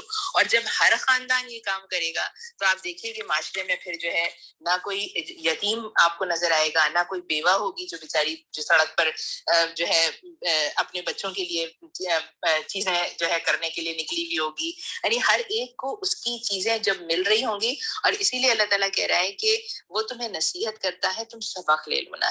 اب یہ میرے اور آپ کے لیے پریکٹیکل سبق ہے. ہم سب کو آج اپنی زندگی کو کا جائزہ لینا ہے کہ ہم کہاں تک جو ہے عدل کر رہے ہیں، کہاں تک احسان کر رہے ہیں، کہاں تک صلہ رحمی کر رہے ہیں. پھر بدی بے حیائی اور ظلم اور زیادتی سے نا، بے حیائی یہ بھی ہے کہ ہمارا اپنا پیٹ بھرا ہو. بے حیائی یہ بھی ہے کہ ہمارے برابر والے کو پتا ہو کہ اچھا یہ مہینے کی فلانی تاریخ کو جاتی ہیں اور اتنی گروسری کر کے لے کر آتی ہیں. یعنی یہ سب ہمارا، اب صرف ہمارا پڑوسی نہیں، ہمارا پڑوسی وہ نیچے رہنے والا ہمارا جو ہے حارس اور چوکیدار بھی ہوتا ہے، اس کا بھی خیال، ہر ایک کا خیال رکھنا ہے. اچھا اس کے بعد جو ہے اللہ تعالیٰ نے پھر یہ کہا کہ مطلب اللہ کے ساتھ جب ایک عہد کر لیا اس کو توڑو نہیں. اور پھر اللہ کے ساتھ جو عہد ہے نا ان کو بھی ذرا سا ہمیں ان کا بھی جائزہ لینا ہے کہ ہم یہ نہیں کہہ سکتے کہ پتہ نہیں اللہ کے ساتھ میں تو نہیں کہا تھا، خدا کی قسم کھا کے میں نے کوئی ایسی خاص بات تو نہیں کی تھی. لیکن دیکھیے ایمان لانے کے بعد عہد تو اللہ سے کر لیا ہے نا کہ اللہ تجھے رب مانیں گے اور تیری اطاعت کریں گے. اس میں جو ہے نا یہ جو بات آئی نا کہ تمہاری حالت اس عورت کی سی نہ ہو جائے جس نے آپ ہی محنت سے سود کاٹا اور پھر آپ ہی سے ٹکڑے ٹکڑے کر دیا. دیکھیں پیاری بہنوں، من حیث الامت اور من حیث القوم ہم سب جو ہے وہ کچھ عہد کرتے ہیں نا. یعنی آپ دیکھیے کہ پاکستان کا بنانا جو ہے اس میں مطلب جو مسلمان تھے سب کانٹیننٹ کے، انہوں نے اللہ تعالیٰ سے عہد کیا تھا کہ اللہ تعالیٰ تو ہمیں ایک جائے قرار دے گا، سکون کی جگہ دے گا تو وہاں ہم تیرا نظام نافذ کریں گے. اب اللہ نے ہم نے اس کے لیے بڑی جدوجہد کی، یعنی بالکل اس عورت کی طرح محنت سے سود کاٹا، لیکن اس کے بعد کیا کیا، اسے آپ ہی ٹکڑے ٹکڑے کر دیا. یعنی جب ان چیزوں کا خیال نہیں رکھا جاتا تو پھر یعنی ہمیں جو ہے مطلب یہ جو قومیں ہوتی ہیں نا یہ بڑی محنت اور جدوجہد سے جو ہے وہ بنتی ہیں. بڑی لوگ ان کے قربانیاں دیتے ہیں جب جا کے یہ وجود میں آتی ہیں. لیکن پھر کوئی ہمارے درمیان سے کوئی اٹھتا ہے اور ہمیں غلط قسم کے نعروں کے پیچھے لگا لیتا ہے اور ہمیں اس کے نعرے اچھے لگنے لگتے ہیں اور ہم اپنا آپ بنایا ہوا سود جو ہے دے دیتے ہیں ان کو کہ کاٹ کاٹ کے تم تتر بتر کر دو نا. تو اپنے آپ کو سوچ سمجھ کے کہ کن لوگوں کا ساتھ دینا ہے، کن لوگ کون ہماری حفاظت کر رہا ہے، ہماری اجتماعی مسائل کو کون ڈسکس کر رہا ہے، ہمارے اجتماعی مسائل کو کون لوگ جو ہے وہ ریزالو کر سکتے ہیں، کون لوگ سالو کر سکتے ہیں، ہمیں جو ہے ان کی بھی مدد کرنی ہے نا. پھر دیکھیے آگے اللہ تعالیٰ کہتا ہے کہ اے مسلمانوں تم اپنی خصموں کو آپس میں ایک دوسرے کو دھوکہ دینے کا ذریعہ نہ بنا لینا. کہیں ایسا نہ ہو کہ کوئی قدم جمنے کے بعد اکھڑ جائے اور تم جو ہے اس جرم کی پاداش میں کہ تم نے لوگوں کو اللہ کے راہ سے روکا برا نتیجہ دیکھو اور سخت سزا بھگتو نا. اللہ کے عہد کو تھوڑے سے فائدے کے لیے کے بدلے نہ بیچ ڈالو، اور جو کچھ اللہ کے پاس ہے وہ تمہارے لیے زیادہ بہتر ہے اگر تم جانو. جو کچھ تمہارے پاس ہے وہ خرچ ہو جانے والا ہے اور جو کچھ اللہ کے پاس ہے وہی جو ہے وہ باقی رہنے والا ہے. اور ہم ضرور صبر سے کام لینے والوں کو ان کے اجر کا بہترین عمل اور ہم ضرور صبر سے کام لینے والوں کو ان کے اجر ان کے بہترین اعمال کے مطابق دیں گے. جو شخص بھی نیک عمل کرے گا خواہ وہ مرد ہو یا عورت بشرطے کہ وہ مومن، اسے ہم دنیا میں پاکیزہ زندگی بسر کرائیں گے اور آخرت میں ایسے لوگوں کو ان کے اجر کے بہترین اعمال کے مطابق بخششیں ملیں گی. یہاں پر دیکھیے پیاری بہنوں بس یہ بات ہمارے ذہن میں رہے بالکل کہ ہمارا کوئی ایکشن جو ہے وہ ایسا نہ ہو کہ جو لوگوں کے لیے دین سے دوری کا باعث بن جائے نا. یعنی اللہ کہہ رہا ہے کہ اللہ کے ساتھ جو عہد کیا اسے تھوڑے سے فائدے کے لیے بیچ نہ ڈالو. میرا تھوڑا سا دل چاہ رہا تھا اس لیے میں نے یہ غلط کام کر لیا اور وہ پھر لوگوں کے لیے مثال بن گیا نا، اور لوگ پھر اسی طرح کرتے رہے. اور یہ کیا ہے کہ مطلب اور جو کچھ تمہارے پاس ہے وہ خرچ ہو جانے والا ہے اور جو کچھ اللہ کے پاس ہے یعنی یہ دنیا تو خرچ ہی ہونے والی ہے نا. اب آخرت کی ہمیں فکر کرنی ہے اور آخرت کی فکر کرنے کے لیے اپنے اس عہد کو جو اللہ کے ساتھ باندھا ہے صبر سے کام لینا ہوگا. ایسا نہیں ہوگا کہ ہم اللہ کے راستے میں سیدھے طریقے سے چلیں گے بھی اور ہمارا نفس ہمیں کچھ بھی نہیں کہے گا اور بالکل خاموشی سے ہمارے ساتھ چلتا رہے گا. نفس ہمیں بہت دفعہ اسکائے گا, بدی ہمارے پاس سامنے خوبصورت بن کے بہت دفعہ آئے گی, لیکن ہمیں کیا کرنا ہے, ہمیں پاکیزہ زندگی بسر کرنی ہے نا. اور جو ہے پاکیزہ زندگی جو ہے یعنی اصل امیری جو ہے نا وہ دل کی امیری ہے. ہمیں اپنے دلوں میں مطمئن رہنا ہے, اپنی مطلب جو اپنی روحانیت ہے اس کو جو ہے وہ اس کو بنانا ہے, اس کو پھیلانا ہے, اس کو حاصل کرنے کی کوشش کرنی ہے کہ ہمارے اندر ہماری روح جو ہے وہ مطمئن ہو. جب ہم اپنے نیک عمل کے ساتھ جب زندگی گزار رہے ہیں اور اس میں ہمیں کہیں کہیں نقصان بھی ہو رہا ہے دنیا کے لحاظ سے, وہاں پر ہمیں اپنے آپ کو صبر کے ساتھ جمانا ہے, کیونکہ اللہ تعالیٰ کہہ رہے ہیں آخرت میں ایسے لوگوں کو ان کے اجر کے بہترین اعمال کے مطابق جو ہے وہ بخششیں ملیں گی. پھر جب تم قرآن پڑھنے لگو تو شیطان رجیم سے خدا کی پناہ مانگ لیا کرو, اور اسے ان لوگوں پر تسلط حاصل نہیں ہوتا جو ایمان لاتے ہیں اور اپنے رب پر بھروسہ کرتے ہیں. یہ نا بالکل ایک مطلب ایسی چیز ہے جو کسی چھوٹی جو ہے اکساہٹ کے لیے بھی اعوذ باللہ من الشیطان الرجیم, اور کسی بڑی سے بڑے گناہ اور غلط کام کی ارادے ذہن میں آنے کے وقت اس وقت بھی اعوذ باللہ من الشیطان الرجیم. اللہ پر بھروسہ کرنا ہے, اللہ تعالیٰ ہمیں اس بد عمل سے بچا لے گا. اس کا زور تو انہی لوگوں پر چلتا ہے جو اس کو اپنا سرپرست بنا لیتے ہیں اور اس کے بہکائے سے شرک کرتے ہیں. جب ہم ایک آیت کی جگہ دوسری آیت نازل کرتے ہیں اور اللہ بہتر جانتا ہے کہ وہ کیا نازل کرے, تو یہ لوگ کہتے ہیں تم یہ قرآن خود گھڑ رہے ہو. اصل بات یہ ہے کہ ان میں سے اکثر لوگ حقیقت سے ناواقف ہیں. ان سے کہو کہ اسے روح القدس نے ٹھیک میرے رب کی طرف سے بتدریج نازل کیا ہے تاکہ ایمان لانے والوں کے ایمان کو پختہ کرے اور فرمانبرداروں کو زندگی کے معاملات میں سیدھی راہ بتائے اور انہیں فلاح اور سعادت کی خوشخبری دے. دیکھیے بہنوں, قرآن کے اوپر اعتراضات جو ہے نا, یعنی قرآن کے نزول کے زمانے میں بھی قرآن پر اعتراضات آتے تھے اور آج بھی قرآن پر اعتراضات آتے ہیں. لوگ آج بھی قرآن کے بارے میں طرح طرح کی باتیں کرتے ہیں, اس زمانے میں بھی کرتے تھے. اصل میں جو ہے نا وہ کھوٹ تو انسانوں کے اپنے دلوں میں ہے. اور یہ جو لوگ بھی جو ہے وہ قرآن سے جو ہے نفرت رکھتے ہیں نا, جو لوگ بھی قرآن سے کو مشکل چیز سمجھتے ہیں نا, انہوں نے ہر زمانے میں اس طرح کی باتیں کی. مثلاً یہ کہ یہود یہ کہتے تھے کہ یہ قرآن تو آیا ہی اس لیے ہے کہ تاکہ وہ ہمارے ہر یعنی تورات کی ہر بات کو کاؤنٹر کرنے کے لیے آیا ہے. ہم جو ہے ہم کہتے ہیں کہ سبت کا دن کا قانون یہ تھا, یہ قرآن آ کے ہمیں بتاتا ہے کہ ہم کیا کرتے تھے نا. اسی طرح قرآن جو ہے وہ دراصل موسیٰ علیہ السلام اور ابراہیم علیہ السلام کی جو شریعتوں کا نچوڑ ہے وہ پیش کرتا ہے. تو اب جو ہے معاملہ کیا تھا اس زمانے میں کہ یہود نے بھی اپنی شریعت میں تبدیلیاں کر لی تھیں, اور یہ جو مشرکین تھے یہ ابراہیم علیہ السلام کو اپنا بڑا ضرور مانتے تھے, لیکن انہوں نے ان کی شریعت میں بہت ہی کھلم کھلا جو ہے یعنی شرک کو جو انہوں نے شامل کر لیا تھا. اور آج آپ دیکھیے آج کیا حال ہے. آج کا چرچ کہتا ہے کہ ہم ابارشن کو بھی لیگلائز کر لیں گے, یہ عورت کی مرضی ہے وہ بچہ پیدا کرنا چاہے یا نہ پیدا کرنا چاہے. ہم جو ہے وہ سیم سیکس کی میرج کو بھی جو ہے وہ حلال کر لیں گے. ہم جو ہے ایک عورت کو ایک عورت سے شادی کرنے کی بھی اجازت دے دیں گے, ایک مرد کو مرد سے شادی کرنے کی بھی اجازت دے دیں گے. یہ جو ہے نا یہ انسان کے اپنے مسئلے ہیں, یہ انسان کا اپنا معاملہ ہے. لیکن اپنی یعنی وہ کہتے ہیں کہ ہاں ایک زمانے میں جو ہے جو چیز چرچ میں حرام تھی اب وہ حلال ہو گئی ہے نا. تو یہ انسان کی اپنی خواہشیں ہیں. اللہ تعالیٰ جو ہے وہ کہہ رہا ہے کہ یہ جو چیز قرآن کے اندر اتر گئی ہے یہ ٹھیک میرے رب کی طرف سے بتدریج جو ہے وہ نازل ہو رہی ہے. اور یہ اس کے نزول میں اللہ نے اگر کسی آیت کی جگہ کوئی اور بہتر آیت کر دی ہے تو ایمان لانے والے کے لیے تو وہ جو ہے وہ اس کی جو ہے وہ فرما برداری میں اضافے ہی کا سبب بنتی ہے.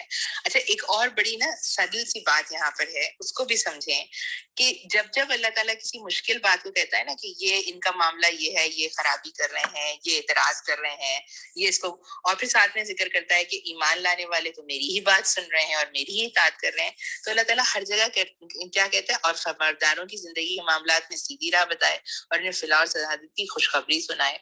یعنی ہر تھوڑی دیر بعد اللہ تعالیٰ ایمان لانے والوں کی پیٹھ ٹھوکتا ہے. تم نیکی کا کام کرو تمہیں یہ ملے گا, تم نیکی کا کام کرو تمہیں یہ ملے گا. اور آپ سوچیں یہ کائنات کے رب کی طرف سے ہمارے لیے گارنٹیاں ہیں ہم آج اپنی زندگی کو تبدیل کریں گے, ہمیں اللہ محسوس ہوگا, ہمیں یہ اندازہ ہوگا کہ میں نکل کر گئی, میں نے اپنا حلیہ تبدیل کیا, سارے لوگوں نے میری طرف آنکھیں اٹھا کے دیکھی, کچھ لوگوں نے بات کی, کچھ لوگوں نے طنز کیا, لیکن میں یہ محسوس کروں گی کہ میرا اندر سے نا اپنا آپ بڑا مطمئن ہے. میں ابھی تھوڑی دن پہلے کسی سے بات کری تھی, انہوں نے کہا کہ ہم نے اپنی بچی کو سمجھایا کہ نقاب لگانا جو ہے آسان کام نہیں ہے, لیکن اس بچی نے کہا کہ آپ لوگ فکر نہیں کریں, میں اس کو کیری کر لوں گی. تو یہ جب انسان جو ہے ارادہ کر لیتا ہے نا, تو پھر اللہ تعالیٰ اس کے ارادے میں اس کے اندر مضبوطی پیدا کرتا ہے. اور یہ اللہ تعالیٰ کی طرف سے نا مطلب ہماری حوصلہ افزائی ہے. ہر قرآن میں ہر تھوڑی دیر بعد اللہ تعالیٰ ایمان لانے والوں کی تعریف کرتا ہے اور انہیں یقین دہانی کراتا ہے کہ تم جو ہے وہ اپنے معاملے پر میرے ساتھ رکھو گے تو میں تمہارے ساتھ یہ معاملہ کرنے والا ہوں. ہمیں معلوم ہے کہ یہ لوگ تمہارے متعلق کہتے ہیں کہ اس شخص کو ایک آدمی سکھاتا پڑھاتا ہے. کچھ لوگ کہتے تھے, کچھ لوگوں کا خیال ہے کہ یہ سلمان فارسی کے بارے میں بھی یہ بات ہے, حالانکہ ان کا اشارہ جس آدمی کی طرف ہے اس کی زبان عجمی ہے اور یہ صاف عربی زبان کا قرآن ہے. اگر فرض کریں کہ یہ سلمان فارسی کے بارے میں بھی بات ہے تو ان کی زبان تو عجمی تھی نا, یہ قرآن تو عربی میں نازل ہوا ہے. حقیقت یہ ہے کہ جو لوگ اللہ کی آیات کو نہیں مانتے, اللہ کبھی ان کو صحیح بات تک پہنچنے کی توفیق نہیں دیتا, اور ایسے لوگوں کے لیے دردناک عذاب ہے. جھوٹی باتیں نبی نہیں گھڑتا, جھوٹی باتیں نبی نہیں گھڑتا, بلکہ جھوٹ وہ لوگ گھڑ رہے ہیں جو اللہ کی آیات کو نہیں مانتے, وہی حقیقت میں جھوٹے ہیں. جو شخص ایمان لانے کے بعد کفر کرے, وہ اگر مجبور کیا گیا ہو اور دل اس کا ایمان پر مطمئن ہو تب تو خیر, مگر جس نے دل کی رضامندی سے کفر کو قبول کر لیا, اس پر اللہ کا عذاب ہے, اس پر اللہ کا غضب ہے, اور ایسے سب لوگوں کے لیے بڑا عذاب ہے. یہ آیت خاص طور پہ جو ہے وہ عمار بن یاسر کے لحاظ سے ہے, یعنی ان کے لحاظ سے یہ بات آتی ہے کہ ان کی والدہ کو ان کے سامنے شہید کیا گیا, اور کس طرح شہید کیا نا, مطلب ابو جہل نے جو ہے ان کی شرم گاہ میں اپنا جو ہے نیزہ پھینک کر ان کو قتل کیا نا, ان کی زندگی کو ختم کیا. اسی طرح یعنی حضرت یاسر کو جو ہے کس طرح سے قتل کیا گیا, اور اس کے بعد ان کے بھائی جو تھے عمار بن یاسر, ان کے بڑے بھائی کو بھی جو ہے ان کے سامنے قتل کیا ہے. تو عمار بن یاسر جو ہے وہ کفر کا کلمہ انہوں نے پڑھ لیا نا, بچے تھے 12-15 سال کے, اور پھر بھاگتے ہوئے نبی کریم صلی اللہ علیہ وسلم کے پاس آئے, اور اللہ کے نبی نے انہیں اس وقت یہ بات کہی کہ جو ہے جب یعنی اگر تمہاری زندگی پر کوئی بات بن جائے لیکن تمہارا دل سے یہ بات نہ ہو تو اللہ تعالیٰ تمہیں معاف کر دے گا. یہ اس لیے کہ انہوں نے آخرت آگے اللہ تعالیٰ کہہ رہا ہے, یہ اس لیے کہ انہوں نے آخرت کے مقابلے میں دنیا کی زندگی کو پسند کر لیا ہے, اور اللہ کا فائدہ ہے کہ وہ ان لوگوں کو راہ نجات نہیں دکھاتا جو اس کی نعمت کا کفران کریں. یہ وہ لوگ ہیں کہ جن کے دلوں اور کانوں اور آنکھوں پر اللہ نے مہر لگا دی ہے, یہ غفلت میں ڈوب چکے ہیں, ضرور ہے کہ آخرت میں یہی خسارے میں رہیں. بخلاف اس کے جن لوگوں کا حال یہ ہے کہ جب ایمان لانے کی وجہ سے وہ ستائے گئے تو انہوں نے گھر بار چھوڑ دیے, ہجرت کی, خدا کی راہ میں سختیاں جھیلیں اور صبر سے کام لیا, ان کے لیے یقیناً تیرا رب غفور الرحیم ہے. ان سب کا فیصلہ اس دن ہوگا جبکہ ہر متنفس اپنے ہی بچاؤ کی فکر میں لگا ہوگا, اور ہر ایک کو اس کے کیے کا بدلہ پورا دیا جائے گا, اور کسی پر ذرا برابر جو ہے وہ ظلم نہیں ہوگا. ایمان کے راستے میں ہجرت کر کے, گھر بار چھوڑ کے اللہ کے لیے سختیاں جھیلنے والوں کے لیے اللہ کے پاس بہترین جو ہے وہ اجر ہے نا. اور یہ جو جب ہجرت ہے اور یہ اللہ کے راستے میں سختیاں جھیلنا ہے, اس کے لیے ضروری نہیں کہ انسان ایک جگہ سے دوسری جگہ ہجرت کرے, ایک مقام سے دوسری مقام, بلکہ ایک گناہ کو چھوڑ کر نیکی کی طرف آ جائے, اپنے زندگی کے طریقے کو تبدیل کر لے, یہ بھی ہجرت ہے. اور اس راستے میں بھی ہمیں سختیاں جھیلنی پڑتی ہیں. جب ہم اپنے آپ کو تبدیل کرتے ہیں نا, جب ہم اپنے گھر کے ماحول کو تبدیل کرنے کا ارادہ کر لیتے ہیں, جب ہم اپنے بچوں کے لحاظ سے ڈیسائیڈ کرتے ہیں کہ ہاں اب میرے بچے یہ کام نہیں کریں گے, یا میرے بچے اس اسکول میں پڑھیں گے اور اس میں نہیں پڑھیں گے, اور یہاں جائیں گے اور ان دوستوں کے ساتھ رہیں گے, ہمیں بہت ساری سختیاں جھیلنی پڑتی ہیں. لیکن اللہ تعالیٰ یہی کہہ رہا ہے کہ وہ غفور الرحیم ہے, اور اس دن جو ہے ان کو اجر ملنے والا ہے جس دن کسی کے اوپر ذرا برابر جو ہے وہ ظلم نہیں ہوگا. اللہ ایک بستی کی مثال دیتا ہے. آج ہمیں نا اپنی اپنی بستیوں کا ذرا جائزہ لیں. وہ امن اور اطمینان کی زندگی بسر کر رہی تھی اور ہر طرف سے اس کو بفراغت رزق پہنچ رہا تھا.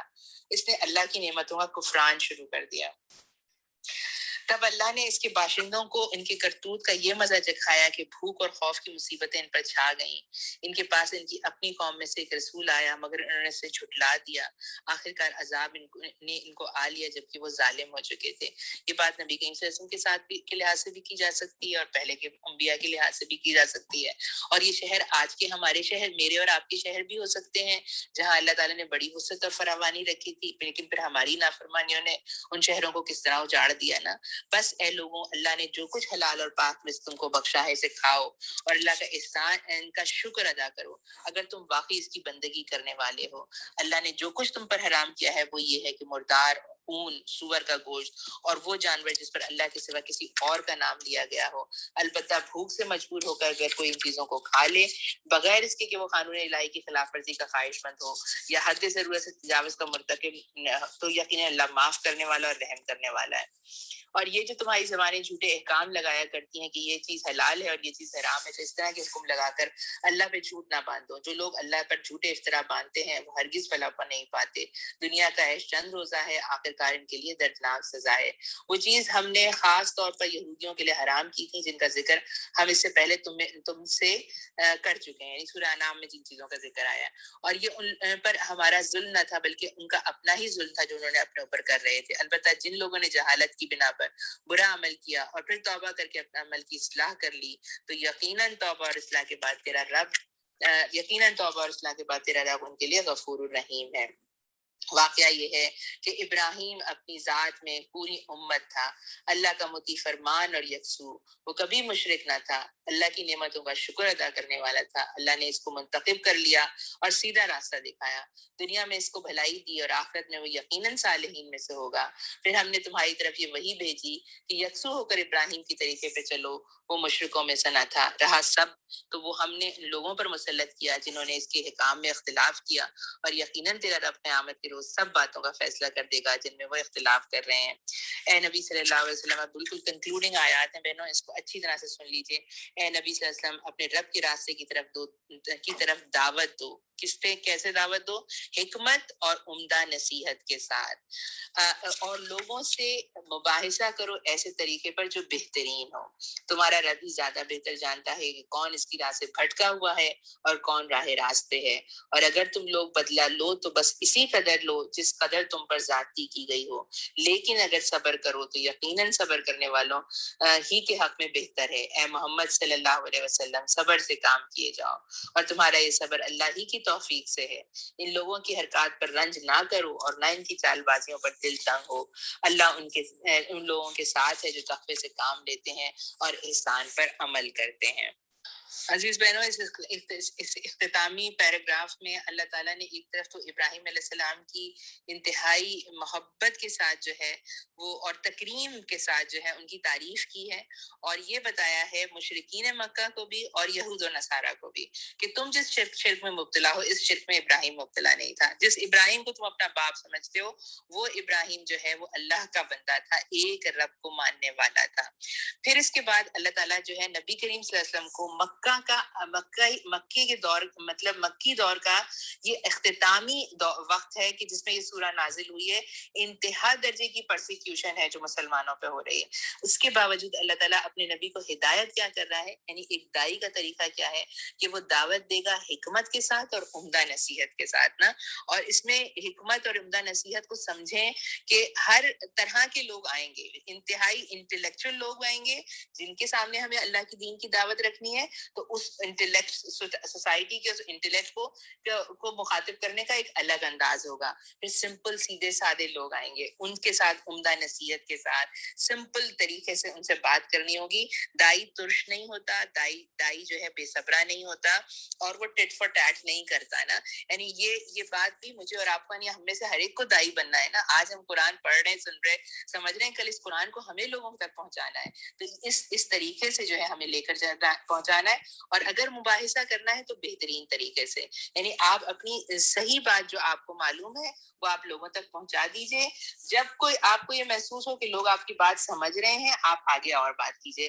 لیکن اگر آپ سے، مجھ سے، ہم سے کوئی جو ہے وہ جھگڑے پر اتر آتا ہے، آپ اس کو سلام کر کے الگ ہو جائیے نا. اور پھر ساتھ میں کیا ہے کہ اللہ تعالیٰ یہ کہہ رہا ہے کہ بدلہ لو تو اتنا ہی. اور ایک تو یہ بات جان لیجیے پیاری بہنوں کہ برابر برابر بدلہ لینا نا بہت ممکن نہیں ہوتا. بدلہ لیتے وقت انسان ہمیشہ تھوڑی بہت زیادتی کر دیتا ہے. اسی لیے اللہ تعالیٰ کہہ رہا ہے صبر سے کام لو. اگر تم صبر سے کام لوگے تو یہ تمہارے حق میں جو ہے وہ بہتر ہے. اور پھر ساتھ میں یہ والی بات بھی کہ لوگوں کو دعوت دیتے وقت جو ہے وہ صبر سے کام لینا ہوگا. ان کی جو ہے باتوں کو سن کر بالکل فوراً جو ہے ان سے بیزار نہیں ہونا ہوگا. ایک وقت آپ کو وہ جو ہے آپ کے اوپر اپنا دروازہ بند کر دیں گے، آپ کی بات نہیں سنیں گے، آپ کا مذاق اڑا لیں گے. آپ کو پھر دوبارہ، مجھے اور آپ کو پھر دوبارہ ان تک پہنچنا ہے نا. اور جو بھی چیزیں ہیں نا، جن چیزوں میں بھی، یعنی جب اللہ کے راستے میں آپ سیدھے راستے پہ میں اور آپ چلنے کا ارادہ کر لیتے ہیں تو انسانوں کی طرف سے ہمیں جتنے بھی مسائل ہوتے ہیں اس میں اللہ تعالیٰ کہتا ہے کہ دل رنج کر سکتے ہیں. ایسا نہیں ہوگا کہ دل رنجین نہیں ہوں گے، رنج نہیں ہوں گے، لیکن اللہ ان لوگوں کے ساتھ ہے جو تقوی سے کام لیتے ہیں اور احسان پر عمل کرتے ہیں. تو کام ہمیں جو ہے وہ اللہ کے احساس کے ساتھ. تقوی کیا ہے پیاری بہنوں؟ اللہ کا احساس رہے، اللہ کی محبت میں ہم نیکی کا کام کریں، اللہ سے ڈر کر کہ یہ کام نہیں کیا تو اللہ تعالیٰ ناراض ہو جائے گا. یہ تقوی ہے. اور احسان کے معاملے کو اپنانے کی کوشش کریں انشاءاللہ تعالیٰ. اس سورہ نحل کا اختتام ہوا. اب اس کے بعد انشاءاللہ اب ہم بنی اسرائیل جو ہے وہ دیکھیں گے. سبحانک اللہم و بحمدک، نشہد ان لا الہ الا انت، نستغفرک و نتوب الیک. سبحان ربک رب العزۃ عما یصفون وسلام علی المرسلین والحمد للہ رب العالمین. السلام علیکم و رحمۃ اللہ وبرکاتہ. بسم اللہ